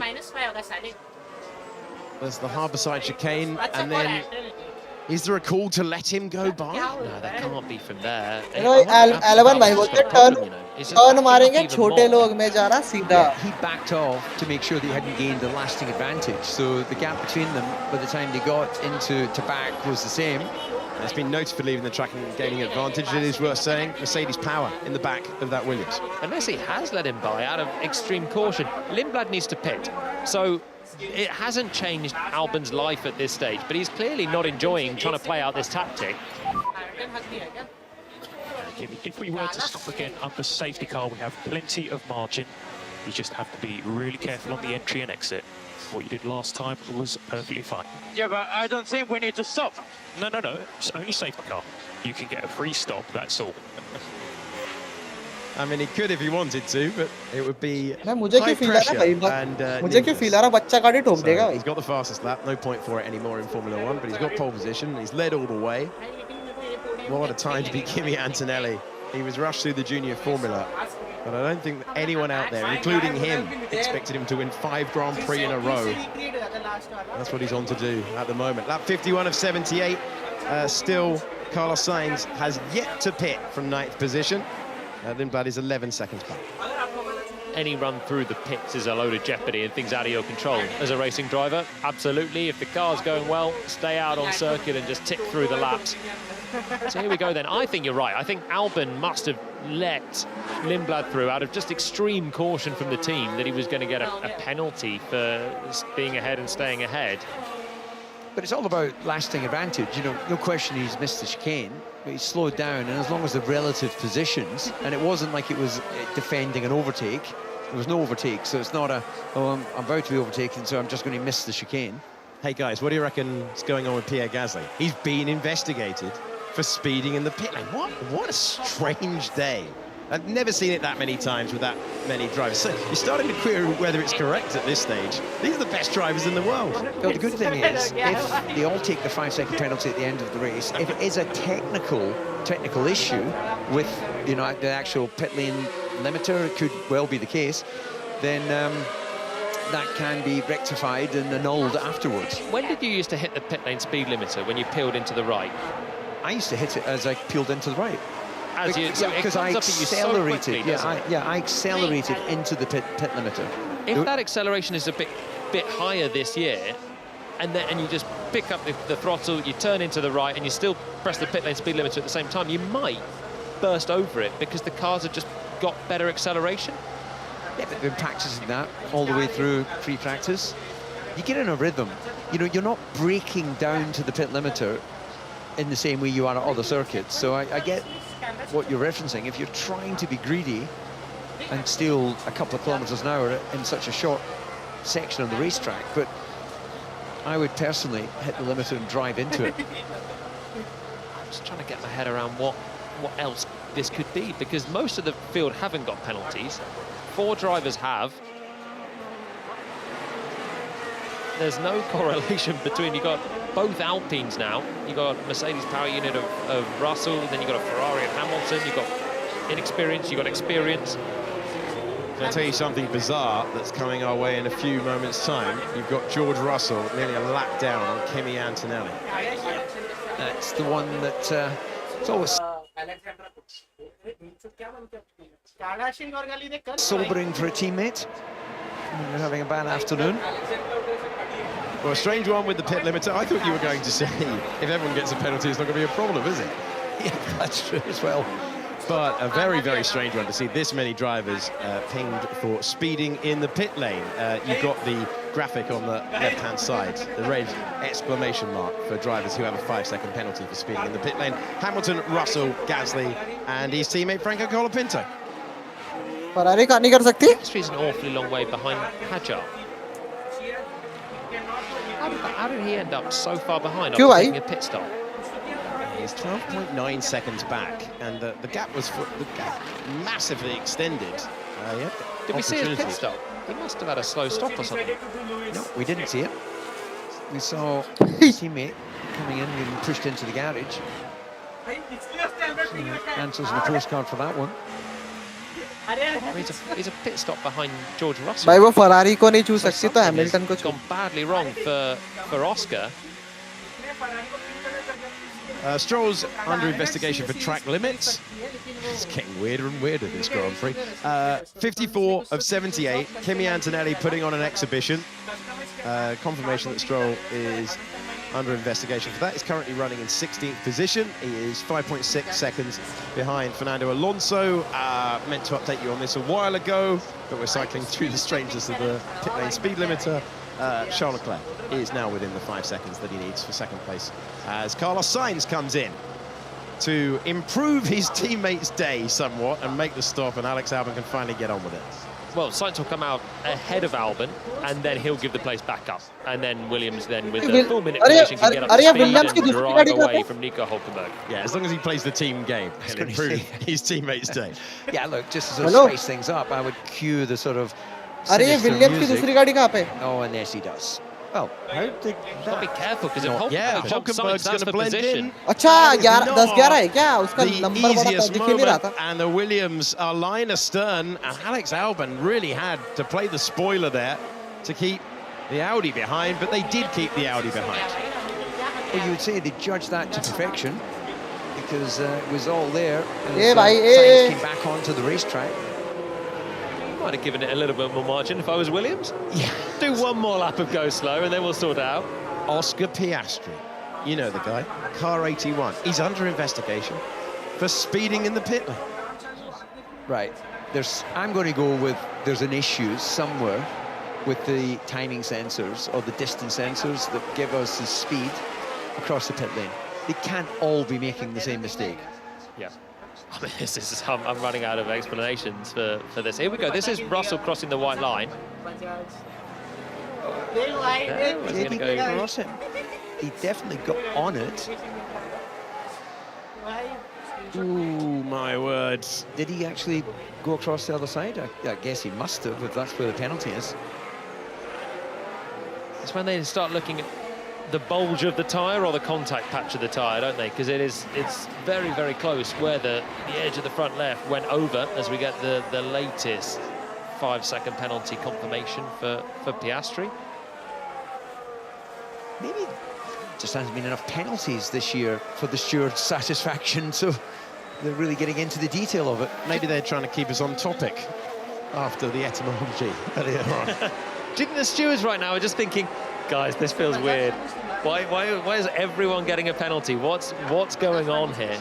It's like when we first had proximity sensors on the start to actually judge if a driver made a jump start. There's something weird with the engine up the hill. There's something weird with the engine up the hill. Okay.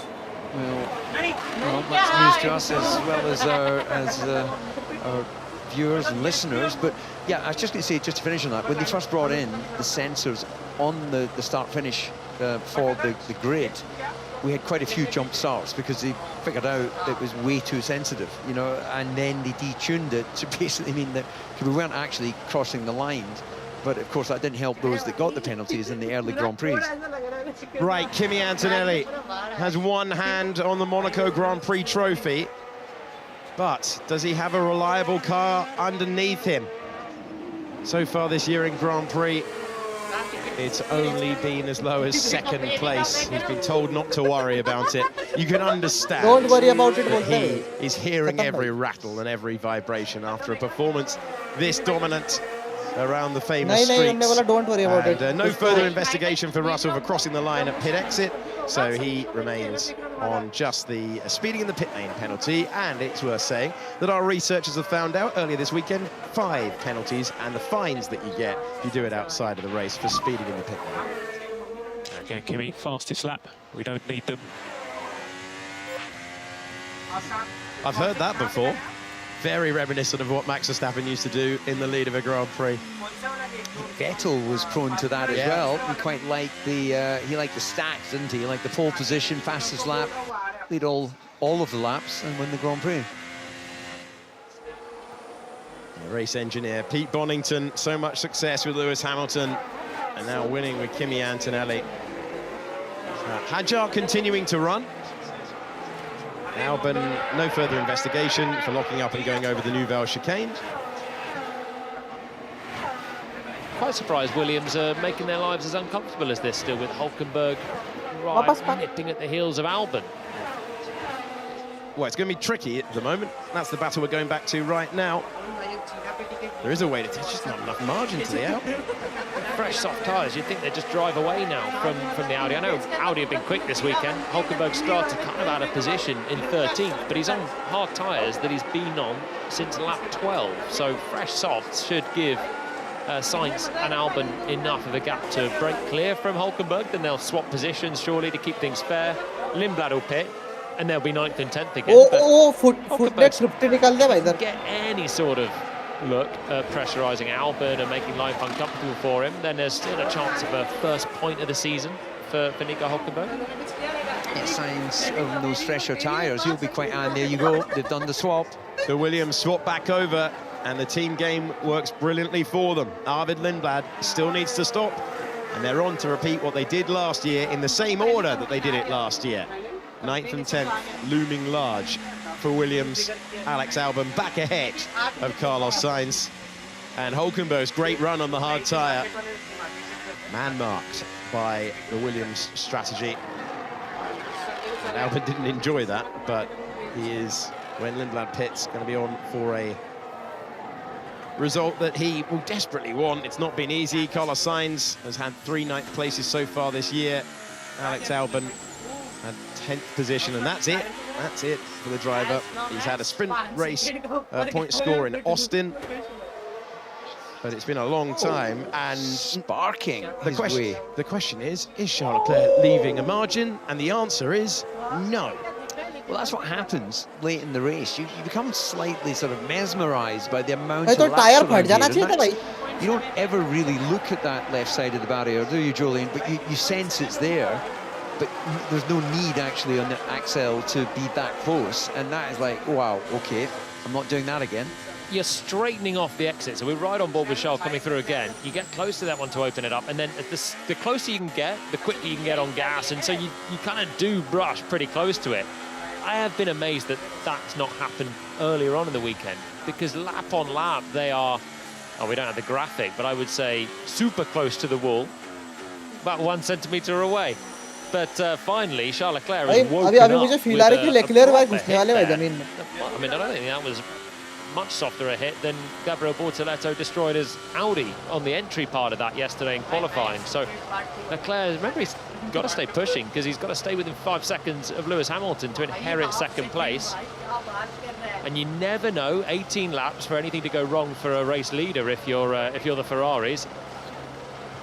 Yellow flags out in the circuits. Lance Stroll into the wall. Lap 60 of 78. Lance Stroll hits the barriers. He's in the Tech Pro at Anthony No's corner, and will this reset the race? The safety car is deployed, and the Monaco Grand Prix is going to have a second act. Yep, and looking at that, the only one not to have pitted so far is Lindblad. So you lose 12 seconds instead of the 20, and Stroll yet to trouble the points this year. Both Aston Martins have struggled for that. They're waiting for a big update. And an enormous lead for Kimi Antonelli will be wiped away. Pit lane's getting busy as all the teams get ready. Mercedes are out, McLaren are out for Oscar Piastri. And Mercedes head back in. Ferrari are out and they're waiting. I think Lindblad went past. But am I getting misinformation on our screen here? It's not showing that Lindblad's actually made a stop. Not yet, we'll keep it updated. Piastri is in, Lewis Hamilton is going to get new tyres from Ferrari. This is going to work beautifully for Hamilton because he takes his penalty and Leclerc will sit behind him. So Hamilton will effectively take that penalty for no cost. Charles Leclerc is in as well. He will get new tyres. Softs going on to the Ferrari. And he is back into the queue. But why the hell are we pitting? I was just going to ask that. Yeah, they've committed Charles to effectively taking a 5-second penalty as well, as he waited for Hamilton to take his 5 seconds. Yeah. So Antonelli stays out on a hard tyre. Ferrari's just put on softs. Kimi is coming through to back corner right now. Has he caught the safety car, or can he get back in? I think he probably has enough pace in hand to get back in and take on a new set of softs and just man-mark the Ferraris right now. Into the pit lane come Mercedes. We look out of the commentary box and they make their way now. The instruction is all cars through the pit lane and they will not leave him out. Antonelli will come back to the pits. And the safety car makes its way through, and so does our race leader. He's got a restart to deal with, but he will be on the soft tyres like the Ferraris. Incredibly, George Russell's going to have to stack behind his teammate because he's been lapped as well. Oh, wasn't quick on the left rear. It's enough, 4.5, and now over to Russell.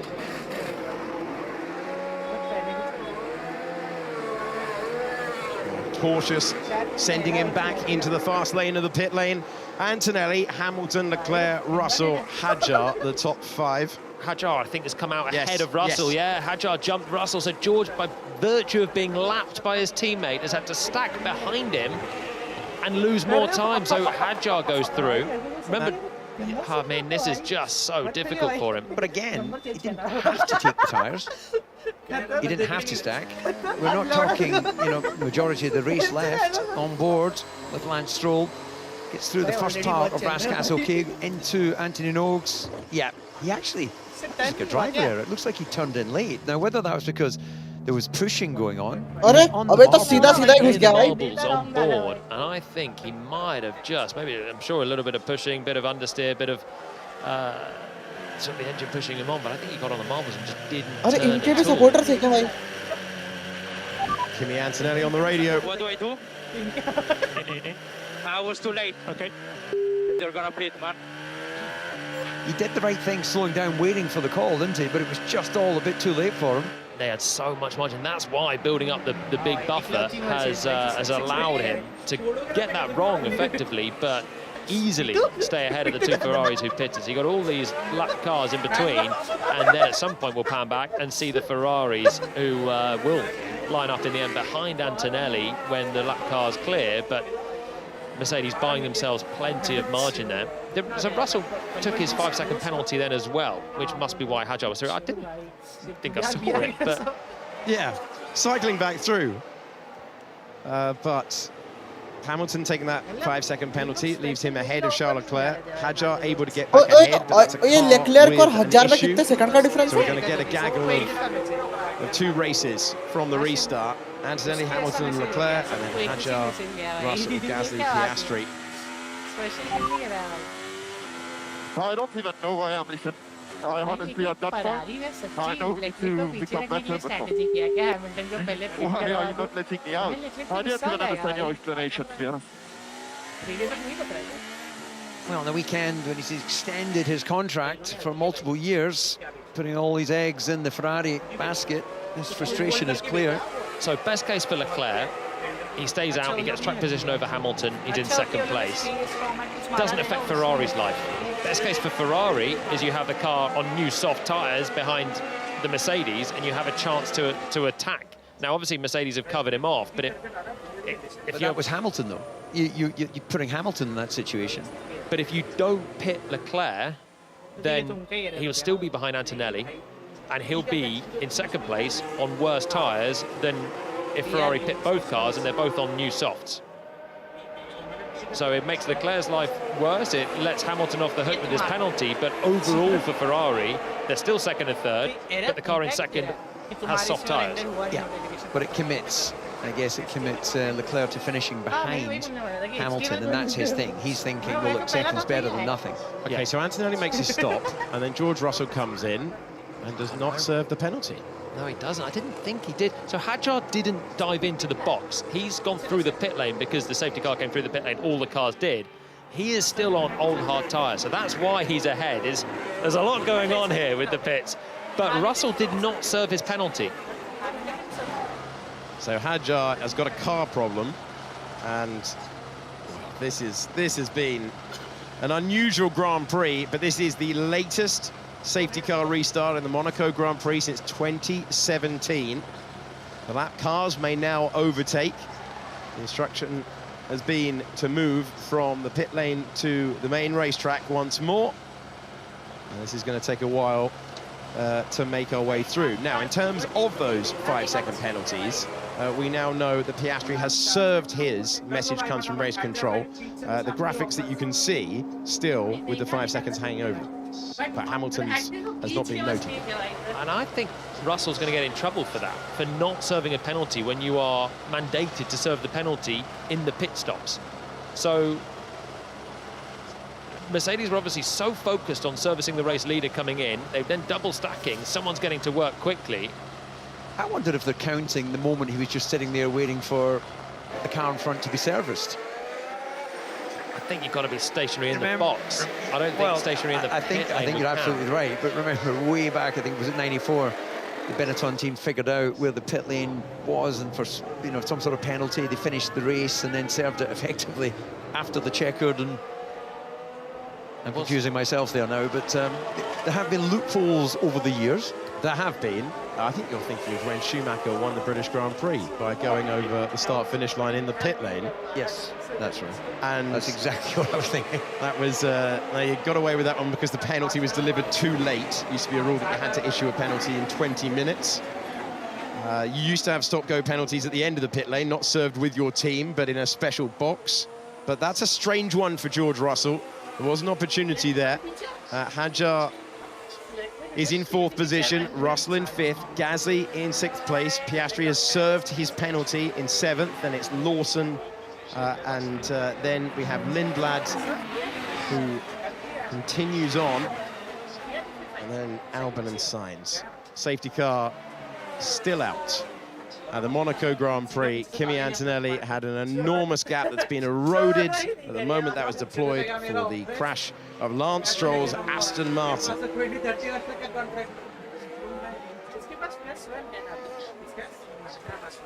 And we are circulating behind the safety car, and we are awaiting the lap cars to form up in the queue, and the Hamilton penalty graphic is confirmed by race control that has been served. So Piastri and Hamilton did serve the penalties. Russell, Gasly and Colapinto did not.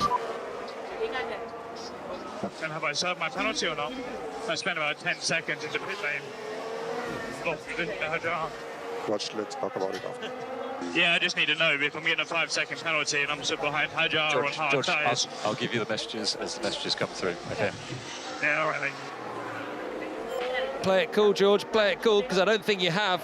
He's going for it's a 5.5 second stop, but going for the DC loophole. And the team obviously saying, shh, shh, shh. Let's not put our hands up and question the fact that we have done this. The safety car is in on this lap. It's been a very, very unusual occurrence of the Monaco Grand Prix. The 83rd running all-time in this event. And the safety car is ending at the end of this lap. Gasly did not serve his penalty because he did not pit. So he is still, as you can see, on a hard tyre. The same with Colapinto. So they are in a different boat here. Gasly's got ahead of Piastri, but still has a 5-second penalty, as is right. Russell should have served his penalty. And Mercedes will be arguing that, I am sure, as George is already making his case over the team radio. Anyway, safety car restart for Kimi to deal with now. Well, Lewis Hamilton, with a huge amount of experience in Formula One, 3 times a Grand Prix winner around here. Start number 386. This is start number 30 for Kimi Antonelli, 19 years of age. The Grand Prix was won. There's only one hand on the trophy around here when you've not got to the end of the 78 laps, because you can always get a safety car, you can always get a curveball, and now he's got to keep Lewis Hamilton behind. Hamilton trying to win his first Grand Prix for Ferrari. Antonelli trying to win in Monaco and make it 5 in a row. The green flag flies on the start of the main finish straight. Oh, into the wall and out of the race. Charles Leclerc from the podium to the wall, and it goes wrong on the restart for the home favourite. There was no grip at all. You could see Antonelli, when he put his foot down, was just slithering around, had nothing. The tyre warm-up wasn't there on the soft. Hamilton followed him through, and Leclerc's obviously just found the barrier going straight, not finding front grip. That opens the door for a podium, possibly for Isaac Hadjar, and it's heartbreak for such a frustrated man this weekend. Isaac Hadjar has won Formula One Grand Prix podium. He is in 3rd at the moment with an ailing car. He will not believe it if he finishes there. The cars have been called to go through the pit lane, and the home favourite, Charles Leclerc, retires on the safety car restart. Antonelli, then Hamilton, then Leclerc. He's just got no grip, no warm-up at all. मैं चाय P रहा था, देखा मैं ला रहे क्या दिख रहा, लाल गाड़ी क्यों दिख रही?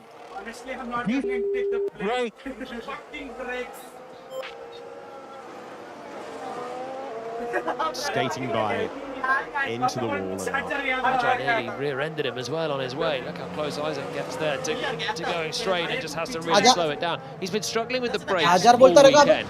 Hadjar बोलता रहेगा अबे turn मार. Braking zone there, but when you got the cold tyres, cold brakes as well, probably sitting around behind the safety car, not feeling like he's getting any bite for it when he suddenly wants to fire it up. And that's been his real Achilles heel this weekend, getting the car stopped in the big stops. For the first time this season in a Grand Prix, a Ferrari will not reach the flag. And Ferrari's 100% finishing record is gone. And Charles Leclerc, his record around here is just pure pace. Every single year he turns up. And in 2024, he's secured that emotional victory on the podium last year. Looked like he was going to be on the podium again. And not getting on with the brakes has been the story of his weekend, and this time it costs him on the restart. Race control has now said, stay on track. They're not going through the pit lane this time around. You've got to get that right, otherwise that's a penalty as well. And he's provided us with Monaco magic and Monaco misery, and pretty much nothing in between.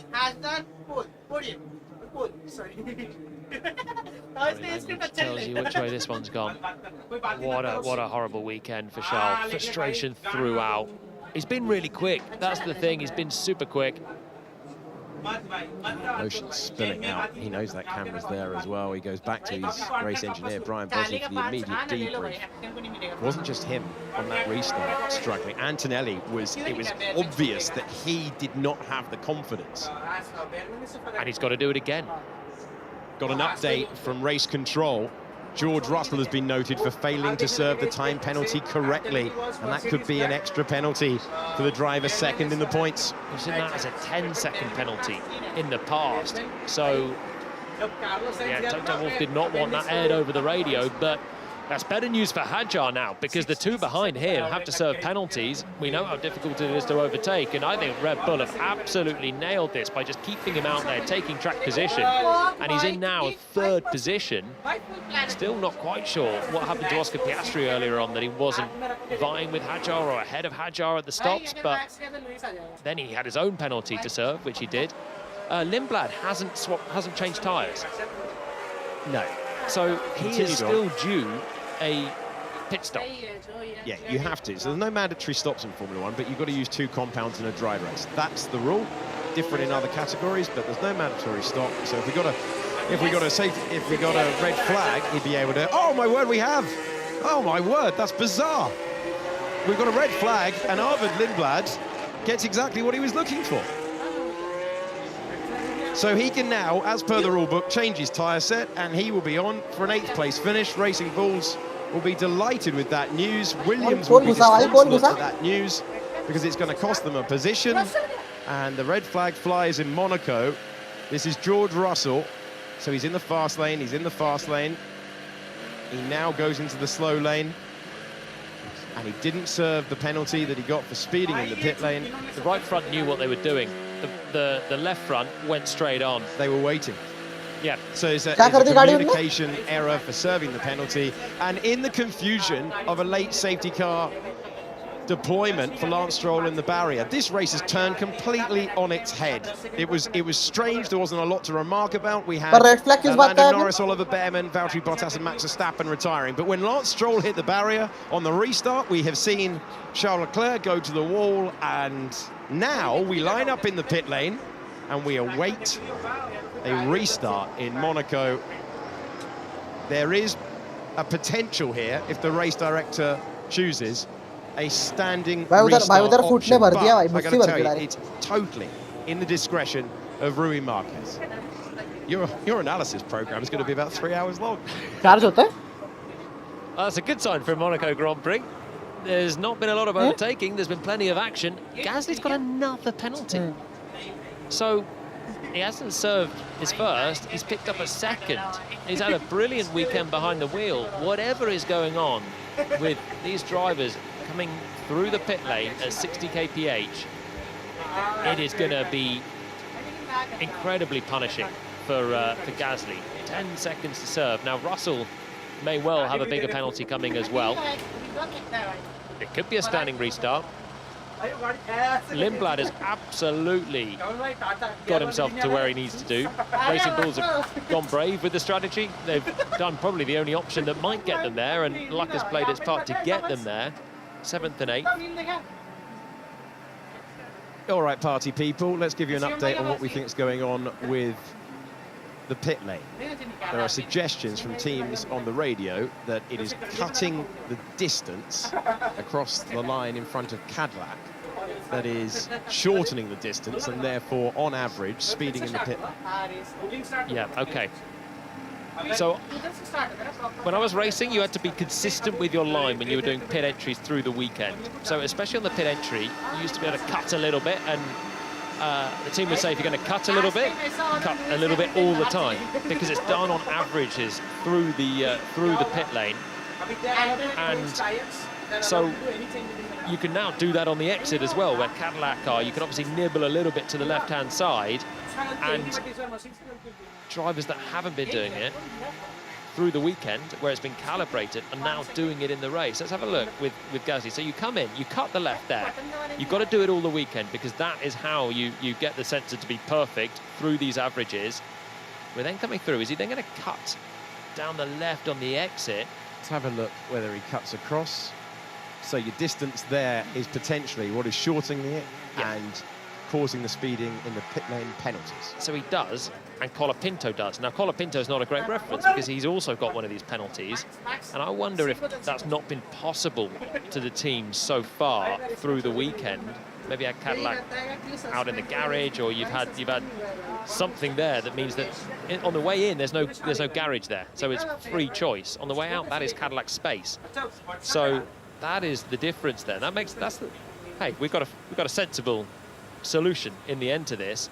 But why have Alpine allowed Pierre Gasly to go through and do it again? Not had a check of what was going on. They've got the data available to them. I can tell you the red flag is for this track breakup.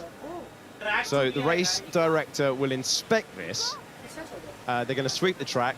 Got to say congratulations to the Monaco Grand Prix marshals. They've been exemplary all weekend. They clear the cars so quickly in every category. They'll sweep it, but there will be a call to be made by the race director about whether he thinks that is an acceptable surface of the racetrack, and if he doesn't, he can call a halt to the Monaco Grand Prix and freeze the order. That is available to him in the rule book as well. Maybe gives more explanation as to why Stroll had that strange look, even though you can see the marbles there.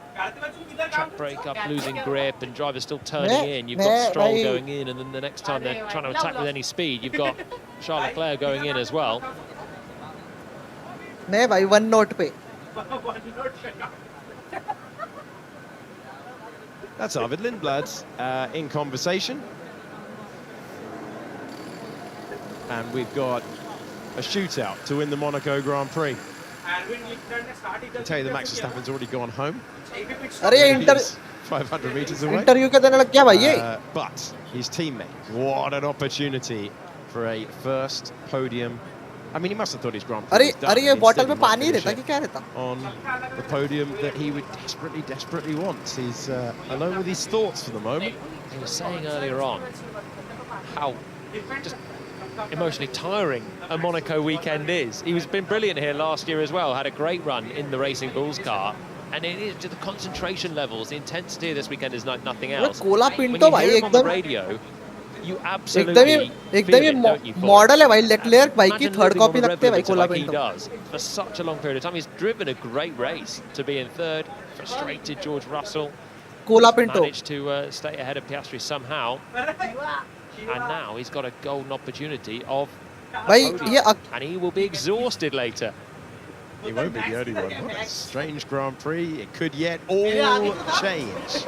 Let's hear from the first story in the race then. Max Verstappen, we wondered whether he could put the pressure on Kimi Antonelli to the first turn. He couldn't. He was the first retirement instead. Let's hear from him now. Hey Max, obviously hard luck out there. Just how frustrating is it for that to happen given the amazing qualifying you had yesterday? Well, I mean, after such a nice weekend for us, you at least hope to be on the podium, right? Yeah, when you of course then retire basically straight away, is I think painful for everyone. There's also no need to be super upset because I think everyone is already really disappointed about it. And yeah, it's just a shame for everyone. I mean, I really hope that I could do something or at least make it an exciting race, try and put the pressure on because I really felt good this whole weekend. And now to basically come away with 0 points is, yeah, probably even more painful. So what kind of happened in those moments when the lights were going out? And then I saw you did eventually get going, but then pulled off. I think already the formation that wasn't particularly great, but then in the pre-start already the engine was responding very weird. So normally at one point you find your RPM target, but the engine was basically not doing that. And then when I dropped the clutch, it basically dropped dead. I only had the battery at one point that helped me go forward. Yeah, after that the engine sounded really bad as soon as I had a bit of power back, and I'm sure if I would have just gone flat out within the lap I would have destroyed it completely, so they told me to bring it back slowly. Hard luck, Max, thanks. Max Verstappen in conversation with Lawrence Barretto precisely 90 minutes before he wanted to be. Kimi Antonelli's done everything right today, and he holds the position that he would have wanted. It is the latest restart that we've had in Monaco since 2017, and it could yet all change. It looks tricky out there. It looks especially tricky at turn 19 because the track is breaking up. Rui Marquez, race director, is... let's look out the commentary box window now. Yeah, he's having an inspection of it at the moment. This is the crowd in front of the commentary boxes. Do a little bit of tourism for you. The race has been paused if you're just joining us. Antonelli has dominated this event, and he has just had so much pace in comparison to Lewis Hamilton, who looked like he was going to be on the podium with his teammate Charles Leclerc, but Charles Leclerc skated wide. On the restart, it promotes Isaac Hadjar to third position. George Russell is under investigation for failing to serve his time penalty correctly. That usually results in a 10-second penalty. Pack is back together. And then it is Gasly, Piastri, Lawson. Arvid Lindblad was looking for a red flag, and he got it. There's Rui Marquez. He was for a long time the Formula 3 and Formula 2 race director, learnt his trade there, and then got promoted to the big job. And he is now, at this moment, assessing whether the racing surface is acceptable. Is it likely that we would effectively have, with that breakup, marble style on the racing line? If he feels it's too far, he can call a conclusion to the race. That is available as an option for him. Conversely, if you like a little bit of drama, he could send them round and do a standing start. So all things are possible, Jody and Paolo. Into an unknown track surface, heading into Anthony Nose. I mean, it's tough to know which way this is going to go. They're all having a look and seeing it. We've completed so much of the race, 68 laps. Still sweeping the mob. I mean, there was so much marbles down there. And Marshall's, as ever, doing a good job. They cleared Leclerc's car so quickly, didn't they? I was surprised when the red flag went, but you can see the track breakup. New bit of tarmac down there, and it's not stood up to a full weekend of running. Well, for Kimi Antonelli, he will be thinking, you know what, we've seen enough today. Staring at a fifth consecutive Grand Prix victory. He would be the first Italian to win since 2004. And he would extend his advantage in the World Championship beyond 2. Lindblad staying cool, isn't he? Staying chipper. Down there with Oliver Rowland. Was a development driver at Renault when I was there. Ollie Rowland, super quick. Gasly's just been told he's got another penalty coming. Oh, the frustration. He's done what he will deem as absolutely nothing wrong. Great qualifying effort for him to be 9th. Putting together a good weekend. Got a place at the start, got ahead of Norris, absorbed the pressure. 10 seconds worth of penalty for something so silly and innocuous. And that is displayed by the amount of other drivers that have done the same thing. We're under red flag conditions at the Monaco Grand Prix after Lance Stroll. And then Charles Leclerc hit the barriers. And an incident involving Isaac Hadjar under the safety car is now noted. Saw Derek Warwick on the grid, part of the stewarding panel. Wandered past him at green light and nearly said good luck. Yeah. He's a very busy man at the moment. I said, you'll be hoping for a nice quiet day. Not a lot of overtaking, few incidents. You sign up to Monaco and you think, there won't be too much, will there? There won't be too much to do. Nice weekend on the harbour side. Au contraire. Just have a look at some track limits or something. Oh my word, they have been busy. Round of applause for many for Charles Leclerc for his efforts this weekend. Good to see Fred Vasseur back after having to miss yesterday under medical observation.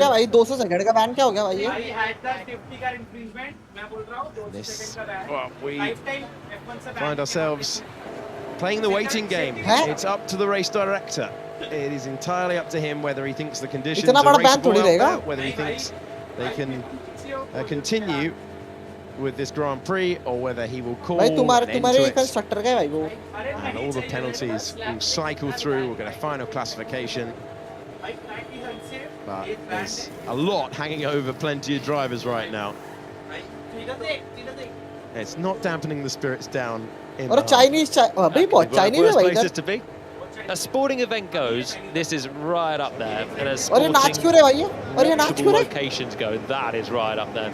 Back of a yacht by some of the fastest, most exhilarating corners on the calendar. Shivam bhai, एक yacht ले लो, अपन भाड़े पे दे देंगे Monaco. That is listed for you. It's the order where we got the red flag, but we'll wait to see whether we go to the 10-minute restart procedure. The race control would notify all the teams for. They get told, and then there's a procedure. We count down, and then it's up to Remy Marquez whether we have a rolling start or a standing start. So under discussion, but we're certainly heading towards a restart. The cars settled in that place. So Ayao Komatsu there smiling with Esteban Ocon. He's ahead of Nico Hülkenberg, 11th place, chance of a point. He'll need some more drama to happen for that to be the case, but maybe Gasly's 10-second penalty will be there with only 10 laps to तो वही तो भाई investment कितना रहेगा 250 million ahead of Hülkenberg in there. Neither of them pitted for tyres when the safety car was out. Lots to be resolved at the Monaco Grand Prix. It's a good time to check in with अरे शिवम भाई ये cruise के जो नीचे खड़ी वो वाली boot खरीद लेते हैं play for them. We thought we might have. Now here, after that 55, historically the chance of safety car goes up. We have reliability issues starting to creep in. Things like the brakes, they're screaming on fire, and also when it comes to strategy, both the drivers and the teams get more aggressive, making lunges. And then what we have here is a phenomenon. Yellows breed yellows, accidents breed accidents. The safety car compresses the field. On every restart, there's a chance of another. और ये science भाई का भाई है क्या? 10 laps to go on a restart. If we get a standing start, एक जो science भाई के लेफ्ट में खड़ा है अभी देखो कैमरा जाएगा वैसा. Another safety car or even another red flag. Looking at the cars at the front, no one has got a brand new soft left, so they're going to be choosing the best soft tyre they have available to try and get that grip off the line, with Lewis Hamilton being in the prime position to be able to sneak that win off of Antonelli. Further back, well done to VCARB. They actually kept Lindblad out to defend Lawson at the restart, and in doing so, when the red flag came, both cars cashed in with an extra stop. And also well done to Williams, who've managed to do a bit of teamwork by backing off of up to 1.5 to 2 seconds, which has secured Albon. Can he stay within the seconds of Gasly to be able to do it? I'm expecting drama from the front to the back of the grid on this restart. It isn't over. It's a race of attrition, and frankly, we still don't know who it's going to be. Thank you, Ruth. It ain't over till it's over. So it's a drive-through penalty for failing to serve his original speeding in the pit lane penalty correctly, and his difficult weekend just even harder. A consequential moment. If you make a pit stop after receiving a time penalty, that is the moment to serve it. He did not do so. The car was serviced, and that is a drive-through penalty with the field backed up. Kimi Antonelli's brilliant day just got even better. It feels like a huge milestone in the World Championship. Well, this weekend could have gone this way or that way or this way again for George. 6th on the grid, losing Max Verstappen at the start of the race. Isaac Hadjar in trouble. He jumps him for 4th. That would have become 3rd with Leclerc out of the race. And what a save that would have been from another difficult weekend. Instead, it has flopped entirely the other way. A drive-through penalty. I mean, that's going to obviously put him right at the back of the field here, and that is 0 points. With his teammates looking for a maximum score. For the race, pole position, heading for 5 in a row. But he may well have to do a standing start again. He's coped with 1, but he's now got a Ferrari on the front row, and we know how good they are at start. So that's the one thing that now George will hope that something befalls his teammates. अरे पूरा ही खोल दिया भाई, टुकड़ा विकड़ा निकाल दिए. Not really when it comes down to बोलते championship. हल्की करो इंजन निकाल They दो. are title rivals, so I mean, George is not going to be in a good spot though, is he? Well, it is incredibly tough when you know that everywhere you go. This was the big question. We came into this weekend and there were plenty speculating that Ferrari were going to have a chance. There were so many people. इतना जोर से हवा कहाँ से आ रहा है? इसके पीछे ऑरा है भाई, aura. Antonelli found an inspirational lap. So did Max Verstappen. Verstappen didn't have the reliability to get off the line. But in the Grand Prix distance, this has been dominant. There is the track that's the part of the track, clearly a resurface ahead of this year's Grand Prix. And it's taken a bit of punishment with 22 Formula 1 cars going over it. Bye. Stay with us. We could, get something genuinely extraordinary. अरे वो सब छोड़ो, वो Indian road before PM visit भाई, इतना clean कर दिया मैंने. He'll be just desperate to get out of here and try and reset. It is a big moment as it stands. When he serves that, drops to the back of the field. Lewis Hamilton's going to overtake him for 2nd place in the point standings. Would have seemed unthinkable when we left Melbourne that would be the case, but that is what we have seen transpire, and the incident involving Hadjar is under investigation for that safety car infringement about 20 minutes ago. Have we any idea what that was? I don't. Came through the pits. Managed to get ahead of George, but then Hadjar becomes the latest one for the stewards to have a look at. So who is going to step up for a podium here? Of course, it depends what sort of penalty it is, because a 5-second penalty, Hadjar could probably absorb. You're going to have Russell, you're going to have Gasly there with penalties of their own to serve. So you are then looking at Piastri to try and get close. I don't know if Isaac knows that he's under investigation or not, but he is a cool customer right now. Awaiting word from race control. The last update about Hadjar, but we stand by under the red flag conditions. Gives us a chance to hear from another one of our retirements. Winner of the Grand Prix here last year, didn't finish this. Lando Norris has been speaking to us downstairs. Hey Lando, you just haven't had much luck this year from a reliability perspective. Just sum up how you're feeling right now. Pretty good. I'm actually happy to be out of the race. Now I'm fighting for a P8. Gasly has a penalty now. This is my chance to be there and get a few points. And you know, at this point of the year, we're not expecting a win or a podium, but you know, we need to maximize 6th, 7th, 5th. Little points along the way, and they all add up. And I'm working hard, the team are working hard, and we're just not getting rewarded. We're just being, I guess, unlucky. Some of it's our fault, some of it's failures, some of it's just being unlucky. So I don't know. We're doing the best we can. I'm doing the best I can, but when you just can't finish a race, I don't know what I should really expect. Well, Lando Norris, understandably philosophical. He will look to the end of the year and trying to ratchet up wins. He had a superb drive in Miami. Pushed Antonelli all the way. Antonelli resisted the pressure. It's part of the 4 wins in a row that Antonelli's put together. The first driver ever to win his first Grand Prix in Formula 1 and follow it up with 3 more. Might be 4 more by the end of the day. So, penalties hanging over, potential penalty hanging over Isaac Hadjar, definite penalty given to George Russell of a drive-through. A restart order has been issued, but we are waiting for word from race control about when we will get going. And this is George Russell, this is Isaac Hadjar. It's going to be a Hadjar safety car infringement. Hadjar's 10 car lengths. Yeah. Way more than 10 car lengths. Copy.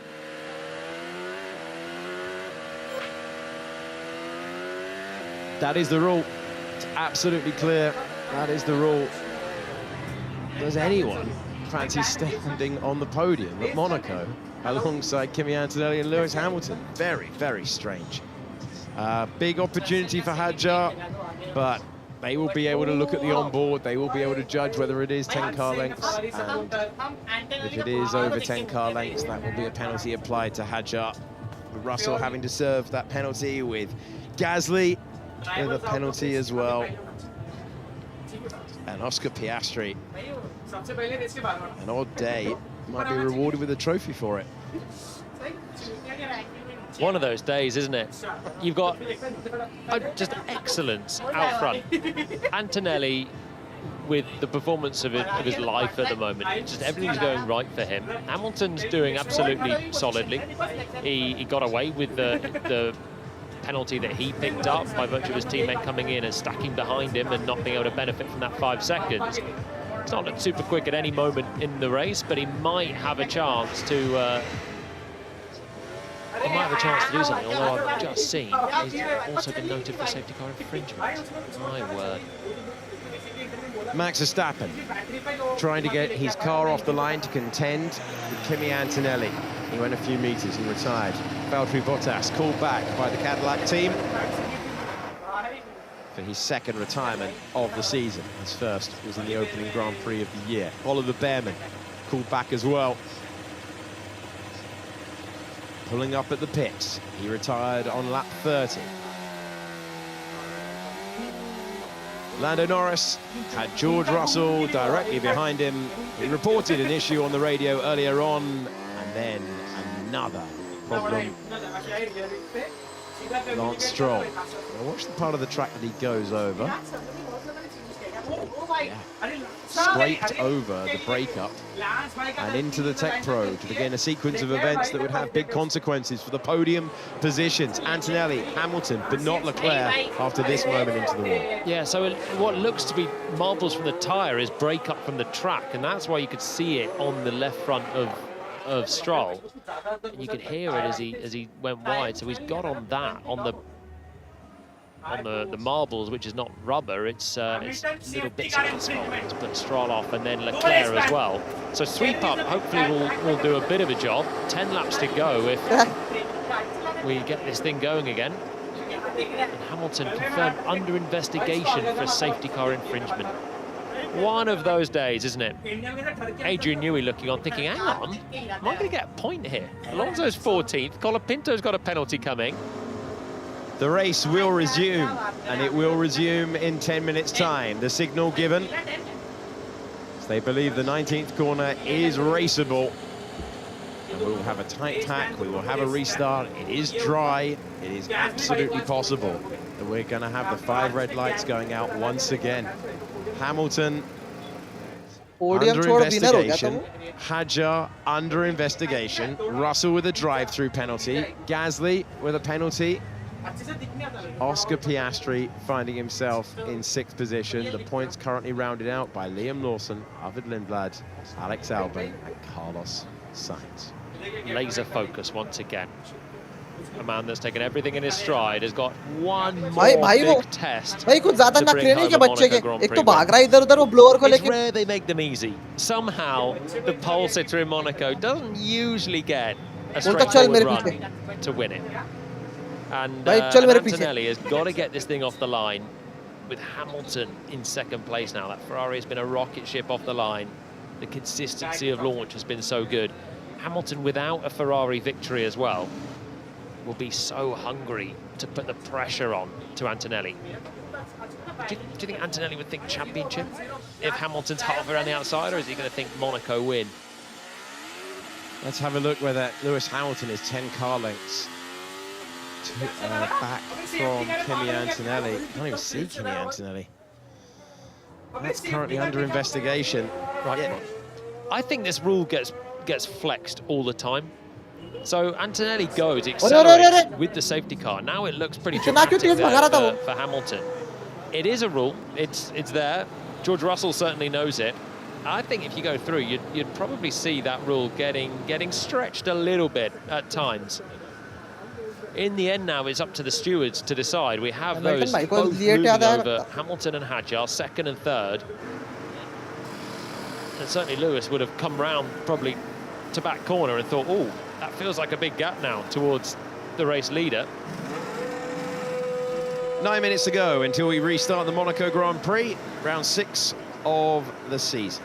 And it is a consequential day where Kimi Antonelli looks to be adding another 25 points to his tally. Everyone else getting penalties, running into trouble.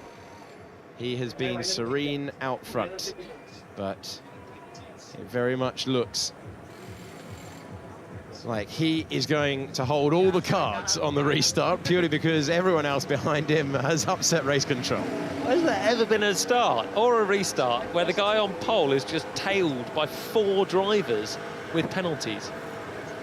Very, very strange occurrence. Yeah. And Arvid Lindblad in conversation with Alan Permain. You used to work with Alan Permain in your racing days in Formula One. He's not ambiguous with these instructions, is he? No, I like it because he is the epitome of no nonsense. He will tell you you're rubbish if you're rubbish. He'll tell you got a chance if you got a chance. Some of his radio over the years has been iconic, and he's been there and done it for so long. He's doing a good job with Racing Bulls. I would say he's great for young drivers for that reason. We'll tell them what they need to know, so long as you can cope with it. And he's making some good calls there with the team as well. So 7th and 8th. Lewis Hamilton back on his way to the car, scooting back to P2. Everything in Monaco is a bit tight. Let alone Lewis coming through on his scooter, walking to and from the paddock, the pit lane. अरे भाई कितना VIP treatment है भाई इनका? Apparently. Good save. No one heard. Okay, 7 minutes to go. Hamilton has made his way back to the car. Thank you to each and every one of you that stayed with us through the red flag.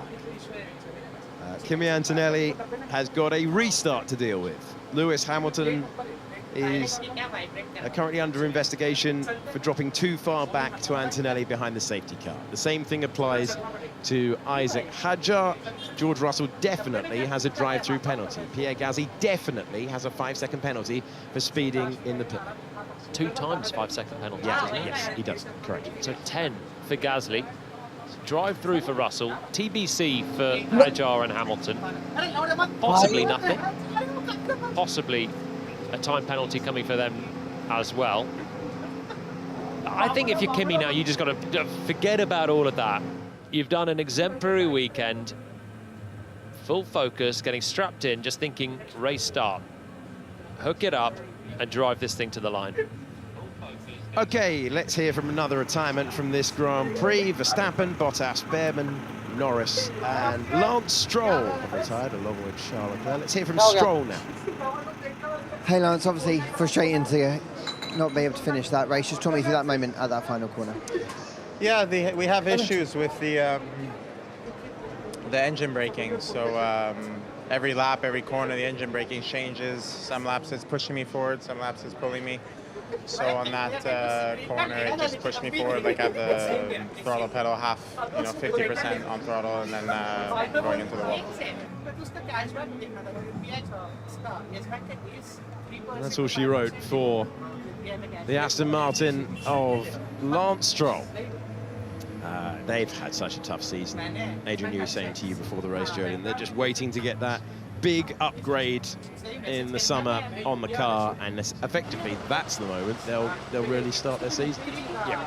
Spa. Lawrence Stroll told me on the grid. Adrian's basically confirming it. Waiting, they're not going to bring bits and bobs. They're going to bring the whole lot at the same time. Power unit and get this chassis working as well. There's nowhere to hide behind the power unit around Monaco. There's a lot more that's not going right with Aston Martin. Braking systems are so complex. Got the rear axle with the MG UK doing the braking, trying to recharge the energy into the battery. On the front, you've got your old school brakes, and somewhere in between you've got a brake balance shifting around, and if suddenly you feel like you've got a load of push because the the MG UK is doing something that you're not quite expecting, that's the result there that Lance was describing. And very, very complex cars, some a little bit easier than others, and obviously the Aston Martin right now seems the hardest of them all. They've been racing these parts since 1929. It is a fabled race. It's seen some incredible days, and it has a safety car restart to come your way that could yet turn into a standing start if the race director deems that the right route to take. Colapinto's just been told that on the radio. It could be a standing start, and that would be a real examination of perhaps the only weakness we've seen from Kimi Antonelli all year. I can't see any reason it wouldn't be a standing start. The race director is at his discretion. He can choose, but the conditions are absolutely fine. The issue with the track was at the final corner, where they'll all be sorted out by the time they get through there. It won't matter if it's a standing or a rolling. So I would have thought that this would be a standing start, but we will wait for confirmation. Of course, if you're Antonelli, just please give me a rolling start. That didn't look easy as it was for Antonelli, with tyre temperatures in play, trying to get that dialed in and feeding the throttle through Raskas and out of the final corner.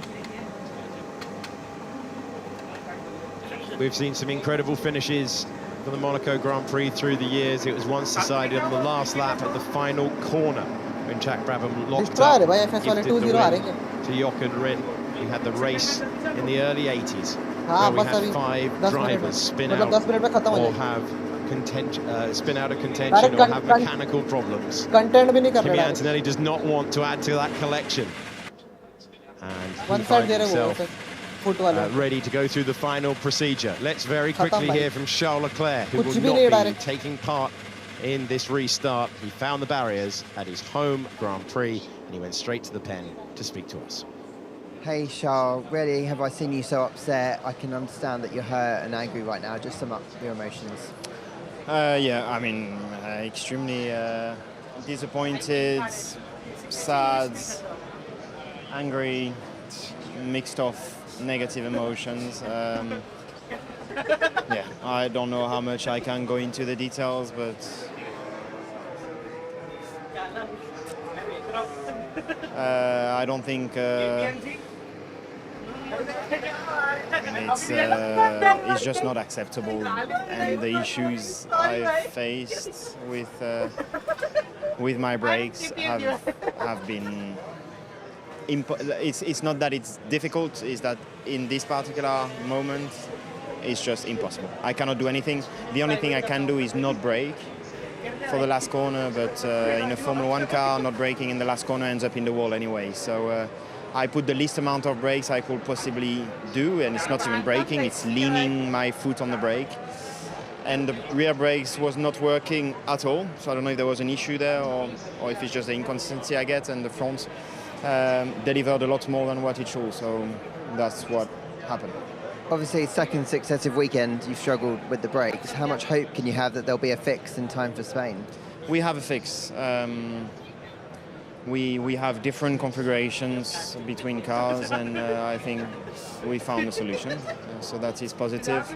I didn't really want to change this weekend, and for that maybe I am to blame in a way that I thought that on a track like this in Monaco it was good to start with brakes that I knew, but considering the issues I've dealt with and that there are no solutions on a track like this, not much to say. Hard luck, Charles. Well, for Charles Leclerc, the devastation of seeing a home podium slip away. And the weekend he committed his future to Ferrari, answers for the team to find for their driver.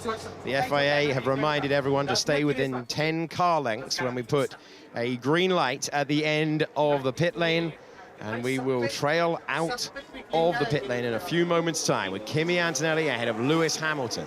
Hadjar under the looming thread of investigation, and a potential penalty for falling more than 10 car lengths back. George Russell, when we resume the race, will have to serve a drive-through penalty. Pierre Gasly has 2 5-second penalties for speeding in the pit lane. Oscar Piastri, Liam Lawson, Arvid Lindblad, Alex Albon and Carlos Sainz are the top 10. There has been the message that it is possible to have multiple laps here. Kimi Antonelli now catches the safety car. The race director can run as many laps as he wants to behind the safety car to assess whether the track is raceable at turn 19 before giving the signal to restart the race. And of course the gaps all look really big between all the drivers as they're catching the safety car, all leaning on it, trying to get some tyre time. You can see Lewis with a bit of opposite lock coming out of Portier, and now they bunch up behind the safety car. And this is when you're more able to just dictate your own pace, and of course have most of it dictated by those ahead of you or the safety car. Hadjar again is leaving massive gaps. George Russell once again on the radio, once again saying that Hadjar is leaving big gaps. They've all been warned about it as well. You cannot drop, according to the rule book, further back than 10 car lengths, otherwise you run the risk of a penalty. And as you say, Jody, it's not always evenly applied. Sometimes if it gets missed, you might get away with it. But once one person's put the appeal up, everyone gets scrutinised. I don't have enough power. Yeah, keep pushing, keep pushing. You're a lot of power, it's coming back. So the issue is with it, you can be, let's say you're Hadjar, or let's say you're further down in the pack, you're Lawson. If Piastri leaves 8 car lengths to Gasly and then guns it, he'll very quickly put some car lengths to you. So all of these things get harder and harder to be there with acceleration of Formula 1 cars so extreme that everyone's leaving gaps. You know, of course you're not going to drive on the gearbox of the car ahead. So it just gets a little bit more spread the further back you get, and then as soon as someone then drills it through 2 or 3 corners, then suddenly you're like, oh, how did that gap get so big so quickly? And I think that's what you're seeing a little bit with some of the gaps. Thanks for staying with us. We're about to enjoy a standing start. It gives an opportunity to so many, and the news has come through. I think they have just swept it. Yeah, it's still broken up. It could be.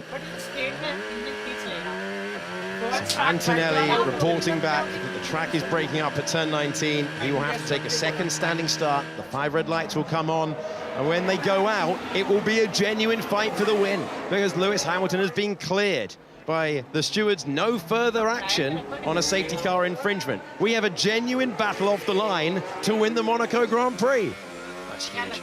Gather your focus again. We wait for confirmation of Hadjar receiving the same. No further action, but wasn't exactly the same case, but the same crime between the two of them. He'll be hoping the same and not be thinking about that whatsoever as they come past our commentary position and get ready for another go at a sprint format in Monaco. Well, there are sprint formats and there are sprint formats. Kimi Antonelli trying to get some tyre temperature in those soft Pirelli tyres. So we'll do the restart and then we'll get 2 racing laps and then we will need to do a drive-through penalty. George Russell being informed of the penalty. Kimi Antonelli lining up.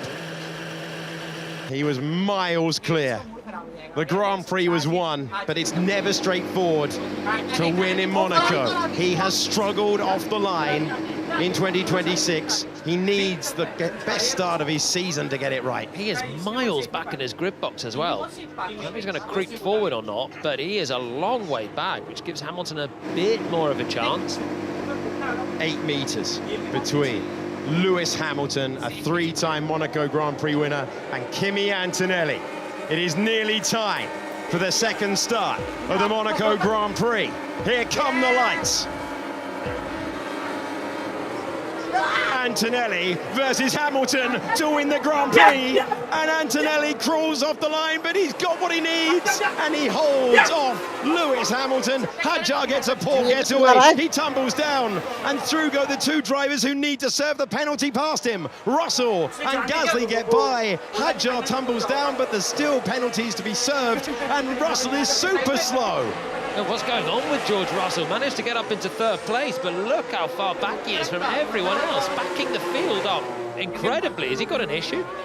George Russell has to serve a drive-through penalty. It's chaos behind. Look at this between the racing bulls. Russell's... This is bizarre. Oh, into the wall!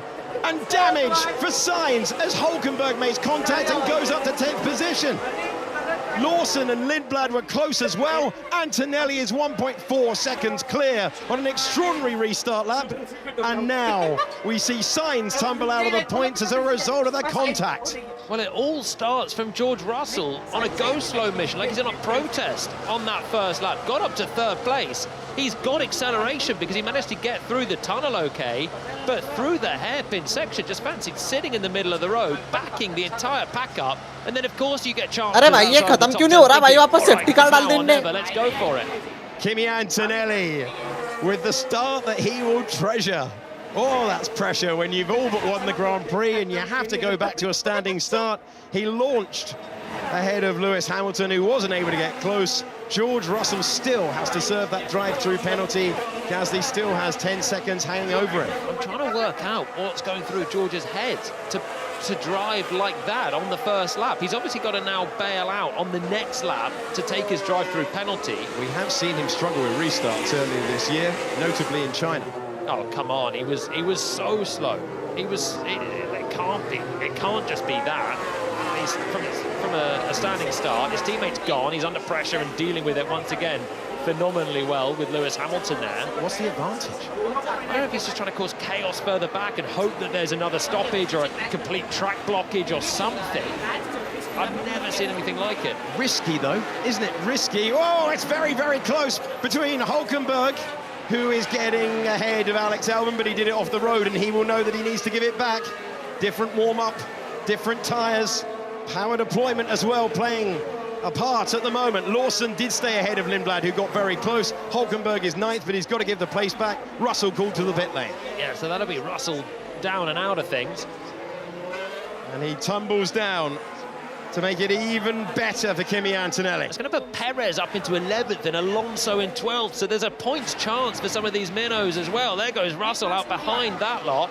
And Hadjar has been noted for a red flag infringement now. Only noted. He's got a safety car infringement hanging over him. Antonelli and Hamilton are separated by 1.2 seconds. Gasly will have 10 seconds added to his race time when he crosses the line. Hulkenberg has not given the place up. Now he does, and I think that's the sensible move. Albon stayed on the track. If Albon had a cut through, he might have had a case, but he had to give that one up. He's still back up into 10th, which has become 9th with Russell taking his drive through. Still his first points of the year. It's the right approach. That would have been penalised for Hulkenberg. Ocon is now on to score a point. Hadjar has been cleared of the safety car infringement, but the red flag infringement will be investigated after the race. Hadjar clear ho gaya. Not a clue on that one, but yes, we've had all the infringements come up in this one. I don't know if any sort of incident with cars together, but that'll come for whoever tipped Carlos Sainz into a spin as well, I'm sure. This was George Russell ahead, and then you can see further back, you get the contact, Carlos into the wall. Yeah, it's Hulkenberg. Yeah. He's not trying to pass Sainz, I don't think, but he just doesn't have the steering lock to do anything else, but he's trying to turn around, and they just catch right front into left rear.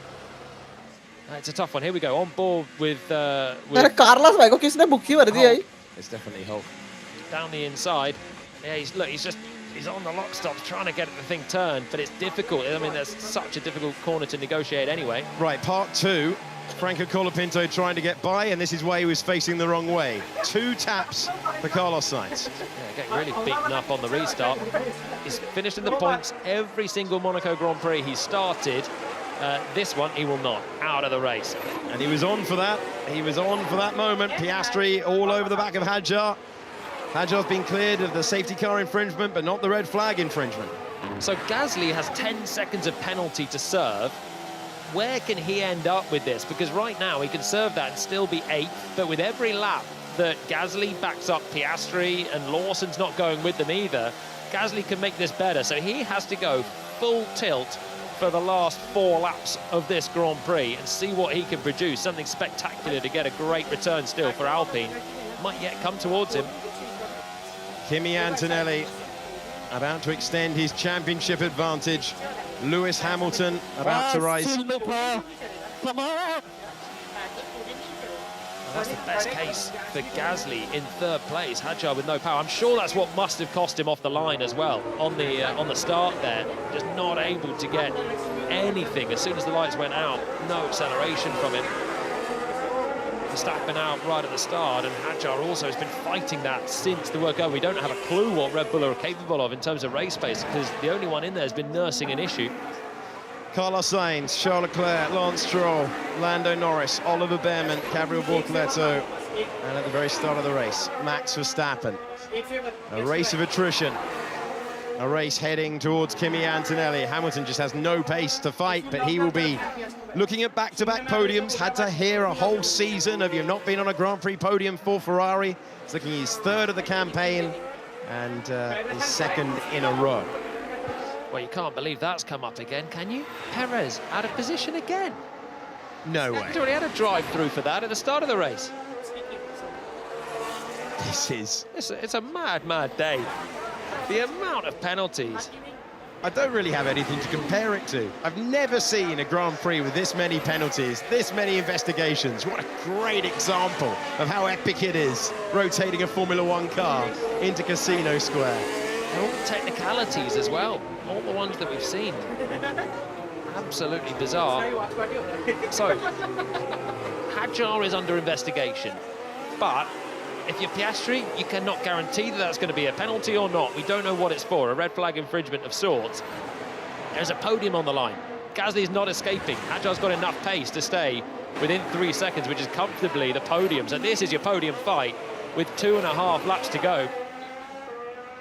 If Perez manages to get in the top 10 and gets pinged for being out of position on the start, I mean, wow, Cadillac will be devastated. Our gallery have wound it back and had a look, and they say he's long in the box. They say it's slam dunk. Oh, come on. You don't know what this Hadjar penalty is going to be. You don't know if anyone else is going to pick something up. If he gets done for that, wow. Kimi Antonelli has put in the fastest lap of the race. 2.5 quicker than Hamilton on the lap. Just unbelievable pace that the 19-year-old born in Bologna has access to. And no one has been able to live with him in this Grand Prix that we are on the penultimate lap of. He's on another planet, isn't he? What a talent. And he's just got the confidence that we saw in Canada when he was just attack on George Russell the whole time. Didn't mind if he was forced out onto the grass, bouncing there and giving another go. He has got so much confidence. And behind all that, he has got an incredible amount of talent as well. Toto Wolff saw it all those years ago, fast-tracked him into Mercedes. He had to ride a bit of a choppy roller coaster last year, but when it goes right, my word, he is displaying all the hallmarks of a champion right now. We are on board with Oscar Piastri. 5th place for him, staying tight to Hadjar, who will be investigated for a red flag infringement after the race. Gasly will have 10 seconds added to his race time to drop him down from what would be such a meaningful result for the driver who spent so much time at the back.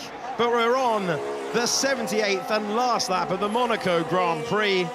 It has been a penalty fest. It has been a race of attrition, but it has been an absolute exhibition from Kimi Antonelli, who from a standing start with a few laps to go leads by 6.3 seconds.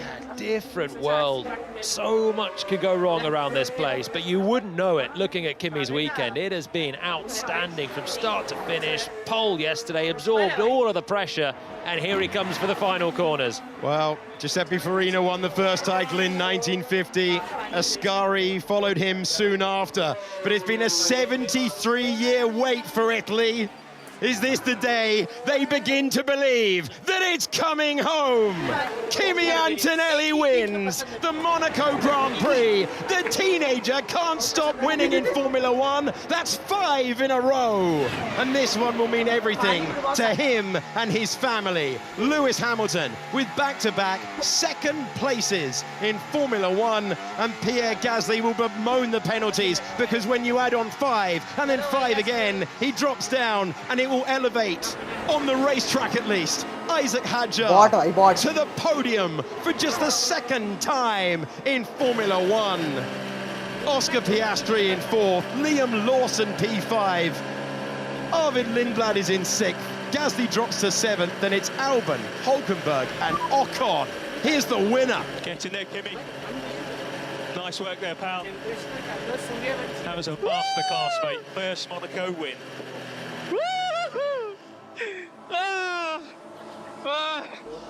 Oh my God. Yeah, a bit tense at the end there, mate. Bit tense at the end, but yeah, what a great job.